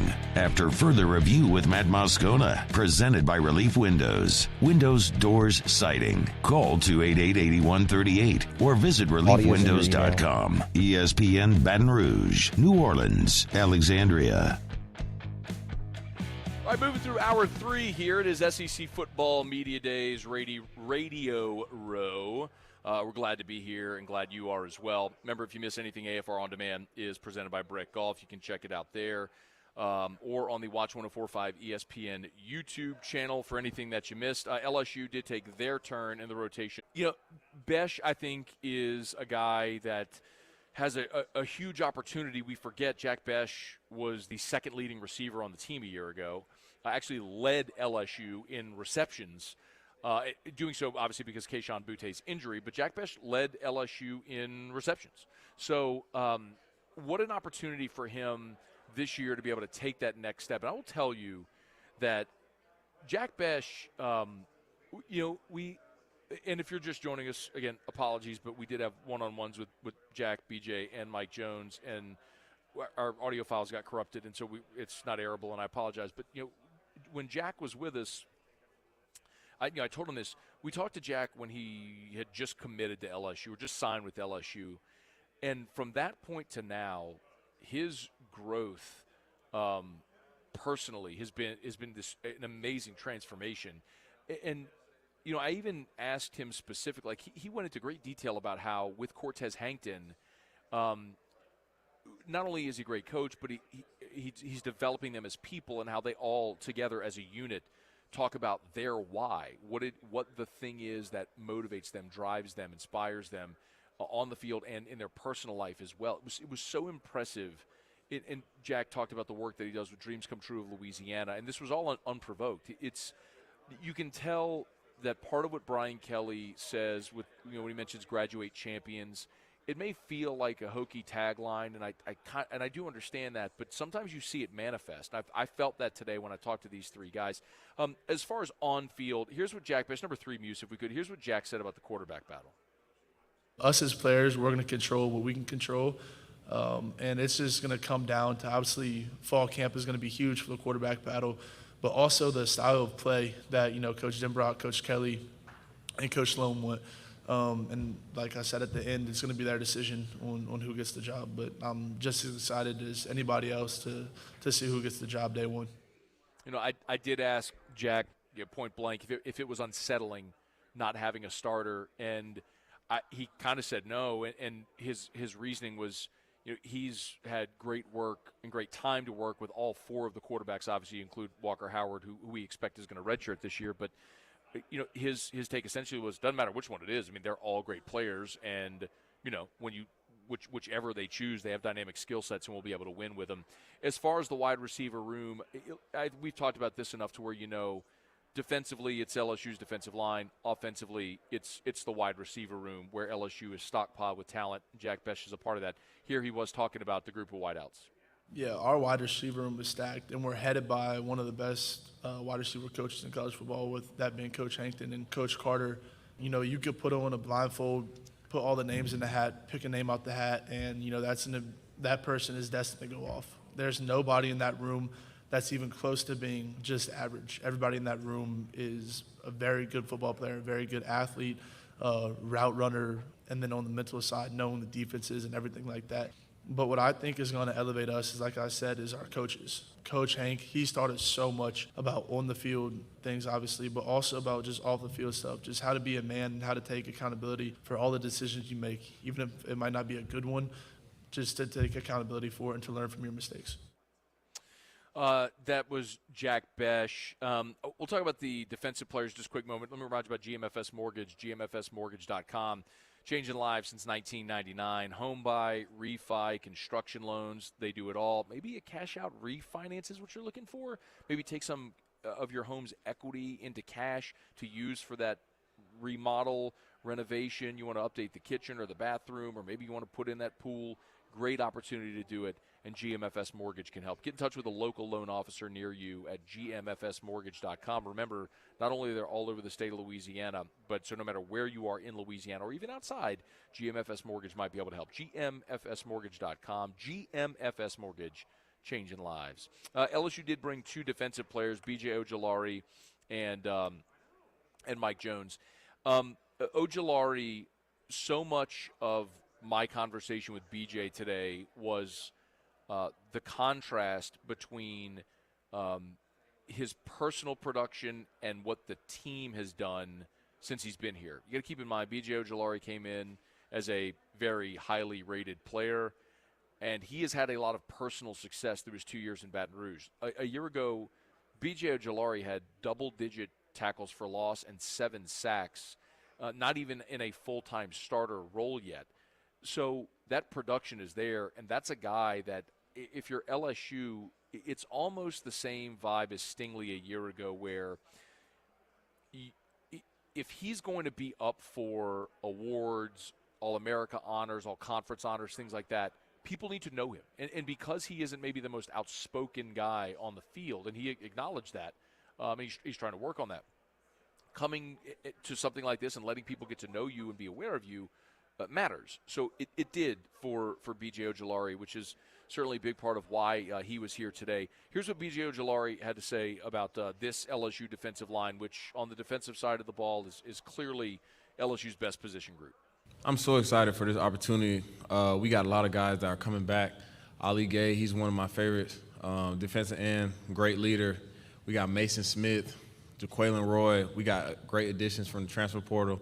Makai Wingo, he's meshing well with all of us. And, Coach Crain, he does a great job just implementing his style of coaching with us. And I think we mesh well as a group, and we're still creating that good D-line chemistry. I would love to see B.J. Ojulari have a double-digit sack season and earn all-conference honors and be in the mix for All-America honors. I think it's a real possibility for him. And, I'll also point out that despite the fact that he has had great success, the team hasn't. And, even if you're a great player, but you're on a team that goes back-to-back 500 seasons and the defenses aren't very good, a lot of times your individual honors, accolades aren't there. And that's kind of what's happened with B.J. Ojulari. So I'm very hopeful for him to stay healthy, have a great year statistically and all that, but then also to have the opportunity to have team success, which is the thing that he's missed so far during his time at LSU. And the third player that was here today was Mike Jones. And Mike Jones is a showstopper at an event like this. He has an incredible personality that he's willing to show off at an event like this. And he sort of won the day. He's the guy that when this week is over and you say, who was your most fun person to talk to, who did the best, like Mike Jones is going to be at the top of a lot of people's lists. If when his playing career is over, he wants to do this job, he wants to be here working in media, he will have the opportunity to do that. But in the meantime, his opportunity is replacing 135 tackles that Damone Clark took to the NFL as he moves from the outside to the inside. Here's what Mike Jones had to say about playing Mike linebacker. Absolutely. And a huge is coming from Coach House, but I believe I can go out and I can play at a high level, really anywhere you need me to be at the field. I got a lot more reps playing inside throughout the spring, and now that's my job. It's not like, I got to learn how to do this or this is something different from me. Every day when I go out on that field, I'm expecting myself and I'm going to demand myself to execute, to my coach's level every day, at what he asked me to do, and that's playing inside in the box. Mike Jones also, this is 3 Muse, talked about what his main goal is for this season. When it comes to identity, Mike Jones, my biggest goal for this year is just to go out there and play my best football. I know if I can go execute, to the level that my coach is going to have me execute, everything's going to handle itself. And for a defense first, Coach House's big thing is Tigers run. And so, we're trying to get back to that LSU style of football. We're going to run fast, and we're going to hit, we're going to be physical, and we're going to tackle, and that's who we're going to be. That's going to be our standard, and I'm sure we'll meet it. And one more from Mike Jones, who was also asked, and I'll tell you a little bit about the convo that I had with Mike in a bit, but the biggest difference this offseason from a year ago and prior with Ed Ogeron to Brian Kelly. Like throughout all college football, it's a lot of similar things. Everybody's putting in work. The only thing I would say is probably the main difference. The way we're working is a little bit different. Our strength staff now, Coach Flint and the guys in our weight room, they do an amazing job, man, fantastic job. And they're really data-based, and data-driven with the way that we work. And so, we're constantly wearing things that are going to track our speeds and track how much we've, been running around. And even with the way we lift, they're tracking our speeds with the way we lift. And so, they've really done a great job of, just taking care of the guys in our bodies, and making sure, we're going to go into camp, really healthy, and be in a position to be able to, make a run and, have a good year of college football. Mike did also tell me that Savion Jones has had an incredible offseason. He's definitely someone to watch as they move forward. But I think more than anything, Mike's story is an interesting one, having been a guy who has seen both ends of college football spectrum. He was at Clemson when they played for a national title, and he obviously spent a year at LSU when they were 500 and lost a bowl game and finished sub 500. So he's seen it. And I asked him, where is this team now, having seen both ends of the spectrum? And he was surprisingly confident. And not to say, look, no player's ever going to sit here and tell you that their team's no good, they're not going to win any games. I mean, we talked to Barrett Banister from Missouri a little while ago and said their goal is to win the SEC East. Well, I think we all recognize that that's not going to happen, but it's the goal that they've set for themselves. It was different when we were talking to Mike, because he really legitimately believes, with the coaching they have and the talent they have on defense, that defense is going to be elite. And we saw LSU in the second half of last year when Durante actually was able to open it up a little bit. We saw LSU's defense improve dramatically. Now, look, you're replacing Elias Ricks. You're replacing Dwight McGlothern. You're replacing a lot. You're replacing Damone Clark. You've lost a lot of talent and production. But if you have the right guys and the right coaching, I believe LSU's defense can be really good. And then the question becomes, as you flip it back over, is your offensive line going to be good enough to open holes for very talented runners and keep whoever is the starting quarterback upright to distribute the football to your really talented receiver group? And that's basically going to be the story of LSU season. But, man, Mike Jones really, really sold me today on LSU's defense being ready for prime time. And they'll need to be week one when you play Florida State in New Orleans. All right, it's after further review. We're here at SEC Football Media Days on Radio Row. Our coverage all week is brought to you by Hudco Roofing and HudcoRoofing.com. Let me knock out a quick break, and we'll continue here in Atlanta. AFR. AFR is brought to you by Clegg's Nursery, with 4 locations in the greater Baton Rouge area. Seagan near Airline, LA16 in Denham, Mid-City on Don Moore, and the Garden Center on Greenwell Springs. I tell you every single day, buy local, shop local. At Clegg's Nursery, they've got an amazing selection. If you want to add to your flower beds, to your patio pots, add a pop of color, Clegg's can help you do that. Full greenhouses with flowers and plants and trees and shrubs. It's an awesome time to get by and beautify those outdoor spaces, because let's be honest, although it's mid-July, we're still going to be having summer-like weather until September, or maybe even October, because that's how we roll in South Louisiana. So get on by Clegg's Nursery. If you need anything you'd find at a True Value Hardware store, you'll find at Clegg's Nursery as well. So save you time, and you can bypass the big box and support a great local company that's been in the Baton Rouge area for 60 years. That's Clegg's Nursery. So any of the 4 locations, I tell you every single day to buy local, shop local, and be sure to tell them Matt sent you in to Clegg's Nursery.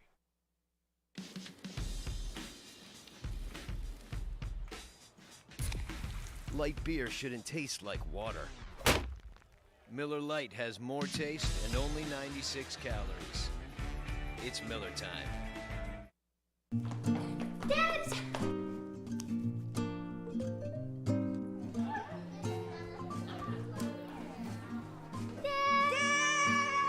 Kids have staked out their place at Ochsner Medical Complex The Grove, where more than 30 pediatricians and pediatric specialists are all conveniently located under one roof, so you can spend less time driving and more time keeping your kids well. Dibs! It's no wonder kids call dibs at The Grove. Ochsner Health Center for Children. Are you a licensed contractor? There's lots of good contractors in Louisiana doing work the right way, but unfortunately, too many unlicensed contractors are working outside the licensing requirements. Working as a contractor in Louisiana requires a license for the company doing the work. The Louisiana State Licensing Board for Contractors wants to help you get licensed to allow you to conduct work legally. It's not difficult to get the license. We can help you. Go to lacontractor.org for more information. Licensed contractors, it's the law. Gulf Coast Bank and Trust is giving our customers the power to bank anywhere, anytime during this challenging event. And we're right there with you. Our mobile banking app is a smart way to manage your money and time. Gulf Coast Bank and Trust, the bank that cares about you. Bayou Ford has $10,000 off new Ford F-150s. We have new 2021 F-150s on our lot now with $10,000 off MSRP. And all new Bayou Ford vehicles come with a 1 million mile powertrain warranty. If you need sales or service, the crew at Bayou is going to do right by you. I've been doing business with Luba for 25 years. They're dependable, trustworthy. It's just the attention to detail with our clients. Our folks have years and years of experience. They're highly trained professionals. But many companies have that asset. What I'd like to think makes Luba a bit different is that we use those talents in a way that truly is dedicated to serving the needs of the folks who depend on us.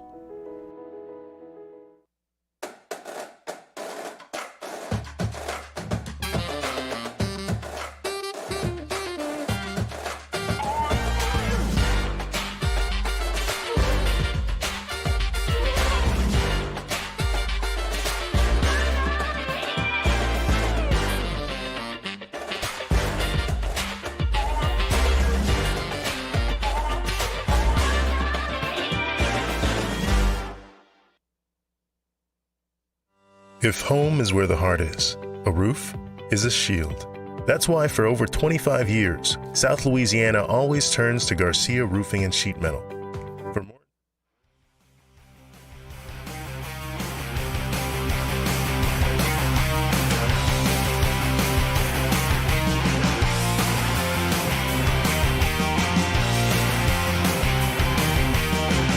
Live from the 2022 SEC Football Media Days, presented by Hudco Roofing.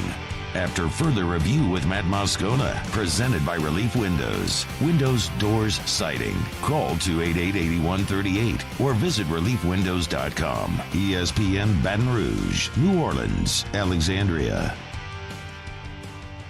Michael Cauble from WBRZ joining us here on Radio Row as we're heading toward the finish line on day one, LSU, Ole Miss, Missouri, and, of course, Commissioner Greg Sankey. How was your day? It was good. Nope. Got to do that. Yeah, it was good. If you didn't hear me the first time, it was good the second time, too. Glad. Yeah, no, I thought everybody did a good job, represented well, as we like to say. I really like Brian Kelly. Feels like every time you're around him, he's more and more loose, more and more engaging. I thought that was important for him to show because this was the crowd, that did a lot of the criticism. So I thought it was nice for him to kind of come in and just be like, "Yo, y'all are idiots. I'm fine. We're going to be all right." It is a little bizarre. Brody Miller was here last hour, and we had kind of a similar conversation where, and he said, "I thought Kelly did well by sort of leaning into the family and you just owning it. I guess, having fun." But it is a little odd. Why do you think it is that collectively the conference has sort of mocked him? Not sort of, they have. I mean, I think it's an absolute outsider thing, right? And look, let's be honest. When LSU played Notre Dame in the past, he wasn't the warmest dude. Like, I remember going and covering their press conferences and really not liking him, just from the way that he kind of handled the outside media. So I think there was some of that. I think there is some of that, It's like, hey, this is our club. Who do you think you are joining it? And he, for all intents and purposes, he is an outsider, right? But just the idea that, you couldn't acclimate that human qualities don't transfer over regional borders is ridiculous, So I just thought that was great. And I thought it was great that he did, fight fire with fire. It's like, yeah, all right, y'all think my accent's funny or I say family funny, whatever, then I'm going to wait till you hear me say etouffee, and so I just think that's important for him to show, and every player that I've talked to echoes this, just how much of a normal dude he is. And I think that we have this expectation of who he is because he is pretty buttoned up, right?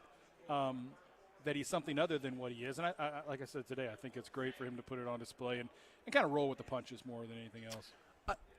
Maybe it's semantics. I don't know if I would say he's buttoned up, but he is state polished. That's the word I've used. Yeah. Stately, presidential, polished. It's just such a stark contrast from what we've seen for 15 years at LSU. Yeah, no, you were as close to less as anybody. Yeah. You were as close to less as anybody. I understood what he was saying. So did I. But he was intentionally making sure no one else did. Right. It was weird. And then Ed was Ed, right? Yeah. So it's just it feels kind of like Nick. It feels a lot like Nick, yes. In the total holistic approach to being the coach, I think is what echoes Nick to me, is just everything matters. There will be accountability. Everything will be built upon that accountability.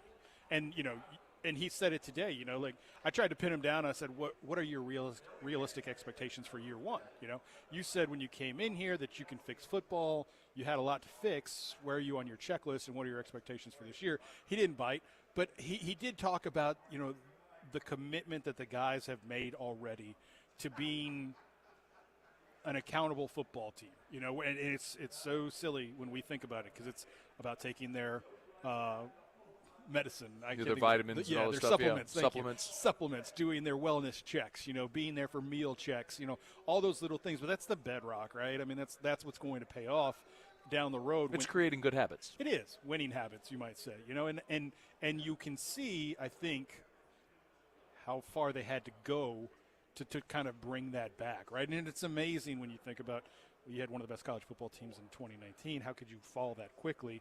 You know, to where people weren't accountable to one another. But they rely on other success, and maybe it's really not that surprising to see it. But I just think it was good to hear that they're making strides. And I don't expect them to be a great football team this year. I don't think Brian expects them to be a great football team. But the way he was saying it, they're taking those incremental steps to be a good football team in the future and an accountable, well-representative team now. Like he said a lot, like he said this a lot. I don't know if you caught up on it, but like people in Louisiana know good football. Mm-hmm. And he said, you know, what we need to prove is that we're a good football team that, you know, they can be proud of because they do things the right way. He said that 3 times by my account of just kind of understanding how important it is to recruit the state. Did you pick up on that? Absolutely. Mentioned Shreveport, Ruston, and Monroe a lot, right? Yep. Talked about being, you know, football savvy in the state, and then having a program and a product that people could be proud of in Louisiana. So I think he gets it, you know, as far as where they're at, where they're going, and I never thought this was going to be a quick fix. Yeah. All right, Cauble's with us. What do you think for the season? Have you put out any thoughts, predictions? No, I think 7-5, 8-4. You know, I'm pretty realistic. 9-3. I don't think it's going to be, you know, I don't think it's going to be anything to write home about. You know, I think it is going to be a struggle. I think you're going to see some games because I don't think they're going to know who the quarterback is going to be. I said it earlier today. I think we'll see all 3. So do I. You know, I mean, I do too. I feel like if you're going to see all 3, then you're not necessarily going to have a real proven product. But this really did catch my ear today too when he said, "We've got playmakers. I've got playmakers. I just need a guy that can get the ball to the playmakers." You know, and so like that's what I did tonight at 6. Is it's a lot simpler, I think, than we're making it. But he did say this when we were talking to him on the side. He talked about a guy who could extend plays. You know, it kind of caught my ear there too, right? He's like, I need a guy that's not sloppy with the ball, that can get the ball out to the playmakers and extend plays if need be. I was like, ooh. It's why they brought Jaden Daniels here. Yeah. It's like it's one of those things, Cauble, where it's also what Garrett does great. I get it, but he doesn't protect the football. It's the thing that's the most obvious that people don't want to acknowledge, and I don't know why. It's like I'm just looking at it from a very objective standpoint where you can very easily connect the dots. You had quarterbacks, they added another one. Why did they do that? They weren't thrilled with the room they had. I mean, did Georgia go add an extra transfer this year when they had Stetson Bennett coming back? Did Alabama add a transfer quarterback when they got Bryce Young, the rating? No, because you got your guy. They didn't have their guy. They had a chance to add a guy with 30 starts. And when you look at Brian Kelly's guys, Ian Book, Malik Zaire, Everett Golson, what do they all do well? They could all move the pocket, extend plays. It's what he wants. Yeah. That's not Miles. Miles may end up winning the job because if he's the most competent, protects the football. Look, Notre Dame last year played Jack Cohn, the Wisconsin transfer. So, yeah, it could if he's the best guy. For all of them. But what he wants, is what Jaden Daniels is, what Nussmeier could be. If he's accurate. Yeah. Right. I mean, like that was the thing this spring. Like the accuracy just isn't there. So how much can that improve over a summer and a fall? We'll find out. I also, yes, but the thing, part of me is willing to give Jaden Daniels a little bit of a pass because, like, dude showed up, and like a week later, they're practicing. Yeah, we're watching him. It knows nobody. No, he knows that's fair. He doesn't even know where his apartment is, and like, he doesn't know his teammates. There's timing that matters. Like, I'm not going to undersell that. Like, that matters. And let's just say that the best wide receiving core wasn't out on the field. You know, Butte out there. Yeah, absolutely. So we'll see. I just saw on Twitter Leonard Fournette is trending. I'm like, why is Leonard Fournette trending? Apparently he showed up at camp 260 pounds. Oh, man. But TB12's got to get him on one of those regiments, right? On TB12. Yeah, exactly. TB12. All right, Kyle, what you got coming out tonight, man? We are talking Lane Kiffin tonight at 10 o'clock. I thought he was great, too. I just what I would really like to know is what's going on in Greg Sankey's head when Lane Kiffin's at the podium. Is he just wincing on the inside and making sure not to show it on the outside? Because Lane was pretty honest, pretty brutally honest about NIL, and what it takes to succeed in college football now. I think people at home definitely have to hear that if they haven't. That's coming up tonight. At 10 o'clock? At 10 o'clock on WBRZ Channel 2. Thanks, man. Thank you. All right, we're here all week. Cauble is here all week. All week. I'll be here all week. We'll stop in tomorrow and weigh in on the SEC East. Huh? Got a thought on Missouri? Oh, bro, I felt so bad for Missouri. Like Brian Kelly told us about 2009 when he went to Rhode Island with the Cincinnati Bearcats, and no one from their city traveled to follow media days. And he admonished them, and it became a big thing there in Cincinnati, right? Well, today I'm downstairs. We're waiting to talk to Brian Kelly, and Eli and the boys roll up in their van. I am the only one that sees it, and I go out there and shoot some video. And Eli looked like he, was getting ready to sell cars or whatever it is he does. He was wearing Tiger shoes. I heard him talk about it, and I would not look. I'm like, you are not going to be the Dan Mullen of this. Dan Mullen used to make that a thing with the shoes he would wear here. And Drinkwitz is trying to get attention, but your name is Eli Drinkwitz. You're the coach at Missouri. You look like youth pastor. You look like you work at Staples. Does Staples exist still? I think Eli's the youth pastor, car salesman route. I think that's where I wouldn't put those two together. No, but they both kind of have that, hey, I'm hip look about him, He'll be here all week. He's Michael Cauble. Thank you, Cobbs. All right, it is after further review. I believe that we will, in fact, have Otterlocks. We'll see if we can go where the surf meets the turf and catch up with the Ottfather himself. We will do that when we continue here to wrap up day one from SEC Football Media Days on Radio Row, presented by Hudco Roofing. AFR. AFR is brought to you by Darren James and Associates, powered by eXp Realty. Every home listed by every company, all in one place. Agent225.com. Agent225.com. You know where to find them. There's one thing. Look, there's so many agents that could sell your home. Let me rephrase. There's so many agents that could list your home, that could take your home, put it on the MLS, put a sign in the yard. But once that's done, how do you guarantee results? Darren James does. 30. If you aren't thrilled with the work your realtor's doing, can you get out of a contract with Darren James? You can. No questions asked at any point if you're not thrilled. Working with Darren James is, he likes to say, it's the Ritz-Carlton experience 15. For real estate.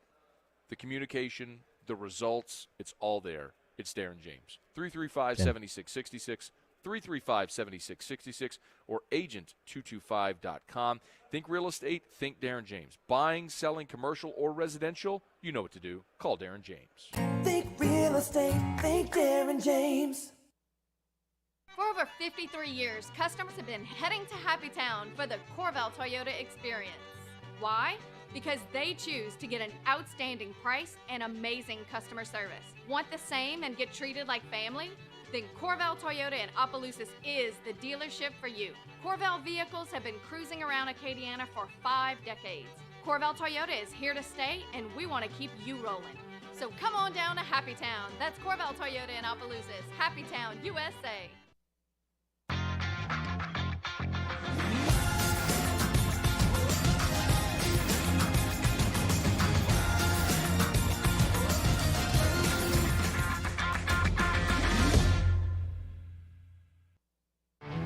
There it is, the extra mile, on the border of expected and extraordinary for those willing to go further, like vans customized for work or play, with safety and tech to keep you connected, supported by a 5-star sales, service, and finance team, and backed by the 1-star you know. So go the extra mile. It's never crowded, because so few have what it takes to go there. Mercedes-Benz Vans. And this year, 2022, it's time to finally treat yourself. Bring your boat to the next level with front-to-back boat service. You want the latest and greatest marine technology? You want to go to the place that has not one, but 2 NMEA-certified techs. Family-owned and operated by the Sherman family for 30 years, front-to-back is the answer in Baton Rouge for all of your custom boat needs. So head to fronttobackboatservice.com or find them on Facebook, Front to Back Boat Service. My own people call me an Uncle Tom. I play music. Been wined and dined by royalty. Trying to bring people together. All people. But regardless of all that kind of stuff, I'm still Louis Armstrong. Here's the man you're waiting for, the king of jazz, Louis Satchmo Armstrong.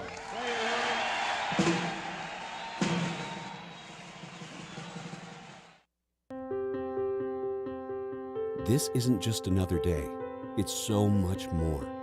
Kelly's life was put on hold when her auctioneer primary care doctor discovered a rare blood disorder. Her doctor connected her to an auctioneer care team of cancer, heart, and kidney specialists. With multiple primary care locations around Baton Rouge, same-day appointments, and online scheduling, we're relentless about keeping you healthy. Auctioneer Baton Rouge, innovating healthcare for Kelly. Vizzy, the first hard seltzer with antioxidant vitamin C. It just hits different. Vizzy.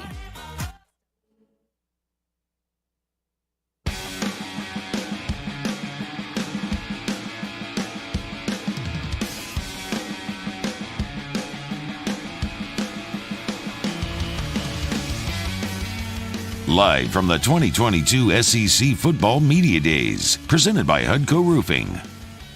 After further review with Matt Moscona, presented by Relief Windows. Windows, doors, siding. Call 288-8138 or visit reliefwindows.com. ESPN Baton Rouge, New Orleans, Alexandria.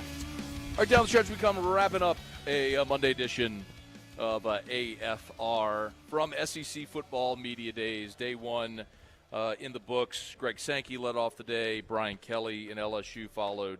Lane Kiffin, Ole Miss, and Missouri. No, Muse, we don't need the if Otter's out, we don't need the final. You don't think I deserve bed music? I mean, do you want the Rivers is here, by the way. Thank you for all of your work today. We for many years we came to this event and did not have on-site help, tech support, runners, anything. And so in the years past, Joseph Rodriguez has done that for us. Rick Cantu did it last year. Neither Joseph or Rick are at Guarantee any longer. So Rivers was kind enough to, we asked and was kind enough to oblige. So thank you for hanging out with us for a few days here. You're welcome. This is your first Media Day experience. So yes. What do you think? I think it was about what I expected. Okay. I mean, I've been around. I've not been to Media Days, but I've been around enough of this kind of thing that this wasn't like a shock to my system. The Radio Row kind of stuff. I also like the setup. Was there you were obviously here for the morning as well with OTB. Was there anything that stood out for you day one? Like people-wise or just anything? Yeah, I know you were working here. I don't know. Today, but you did hear a lot from coaches and players and media and all that. I will say, I know you just said you like the setup, and so this is the first time I've been here. And I like the setup too. We are in this very prime spot, which you told the listeners. To get in this room, you have to walk past us. Yes. And so, I mean, you have got to walk. We are going to see you. But when you were interviewing Barrett, I was talking to a Missouri employee, Molly, who was walking around with him, and she was actually saying that as from that perspective of the players and the people doing the interviews, that they didn't love this setup as much. Well, I don't. She said it's hard. Well, you know what? She said it's harder to get away from people. She said it's, as she said in the past, it's been easier to kind of pop in for interviews that you want, and then you kind of pop out. But here, it's not quite as easy to pop in and out. So you gotcha. Which is what we all wanted. That's what we want. We're like, hey, by the way. That's how we got Barrett. Hey, Molly. Barrett's here to do interviews. It's what the day is. But I'm glad we got to talk to him. He was, what was the most impressive thing about him to me, and I couldn't hear all the interviews. I was standing back talking to Molly, but I think it was his whole just energy. He was sitting here, he was kind of just laid back, he had his hands in his pocket, his legs were crossed. I was like, wow, he's just really going for it. He was unmoved by the entire thing. Yeah, but he looked so comfortable. Which is the point. Yeah. Absolutely. And he didn't give off, it wasn't so comfortable that he seemed arrogant. He was just he was comfortable. He was just let's talk, let's chat. It's you're over there hello, Barrett, and you're looking through your book. I literally, so honest to goodness. So for those who missed it, guy's name is Barrett Banister. He's a wide receiver. But what a name! From wide receiver from Missouri. I literally had no idea who he was. I loved it, though. You did great.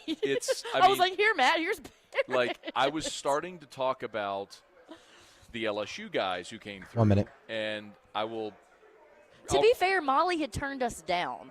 I had gone to speak to Molly. I tried to get Barrett, and Molly was like, no, we don't have time. And so I tell you, you're not going to interview anyone, so you've moved on. Yeah, I moved on. Suddenly, here's Barrett. What did she say? She's like, do you want to talk to Well, him? she walked up, and she was just like, and I was like, all right. Like, I was mid-sentence, like, I was like, you want him? I was like, he's sitting down. And if you watch on, go back and watch on YouTube. When was that? That was hour 2? Yes. I'm like, early, what? We've been here for 8 hours. That was early hour 2. Yeah, oh God, this show's almost over. Yeah. And like, you could probably see him standing there, and you being like pointing. I mean, that's probably all I on like camera. ushered him into the chair. Job well done. Thank you, Rivers. We'll be back tomorrow. Hester, T-Bob, we'll get you started off 7 to 10, and we'll drive you home. Have an awesome night. Muse, Paulie, back in studio. Appreciate the hard work. Y'all have a great night. We will see you tomorrow at 3. AFR. AFR is brought to you by Shawbills. I'm going to pull up the sheet. ShawbillsTire.com, ShawbillsTire.com. Bumper-to-bumper auto service and name brand tires at wholesale prices. ShawbillsTire.com. Love telling you about Shawbills. They're great people, man. Miss Beth and Martin, the whole gang over at Shawbills. They've been great to me over the years, my family, and they'll do the same for you because they are a family-owned and operated business. They have since they opened their doors back in 1968. 30. You're talking about more than 50 years now. They opened up as a family-owned and operated business. They've expanded now with 17 locations around South Louisiana, but they've maintained that family-owned and operated feel, and it comes through. They'll sell you name-brand tires 15. at wholesale prices, and they will treat you like family. If you need bumper-to-bumper auto service, 10. they got you. From oil changes, tire rotations, that check engine light comes on, whatever it is, they can handle it at Shawbills. ShawbillsTire.com. Shawbills, where we keep you rolling. I've been doing business with Luba for 25 years. They're dependable, trustworthy. It's just the attention to detail with our clients. Our folks have years and years of experience. They're highly trained professionals, but many companies have that asset. What I'd like to think makes Luba a bit different is that we use those talents in a way that truly is dedicated to serving the needs of the folks who depend on us. There it is, the extra mile, on the border of expected and extraordinary, for those willing to go further, like vans customized for work or play, with safety and tech to keep you connected, supported by a 5-star sales, service, and finance team, and backed by the 1-star you know. So go the extra mile. It's never crowded, because so few have what it takes to go there. Mercedes-Benz Vans.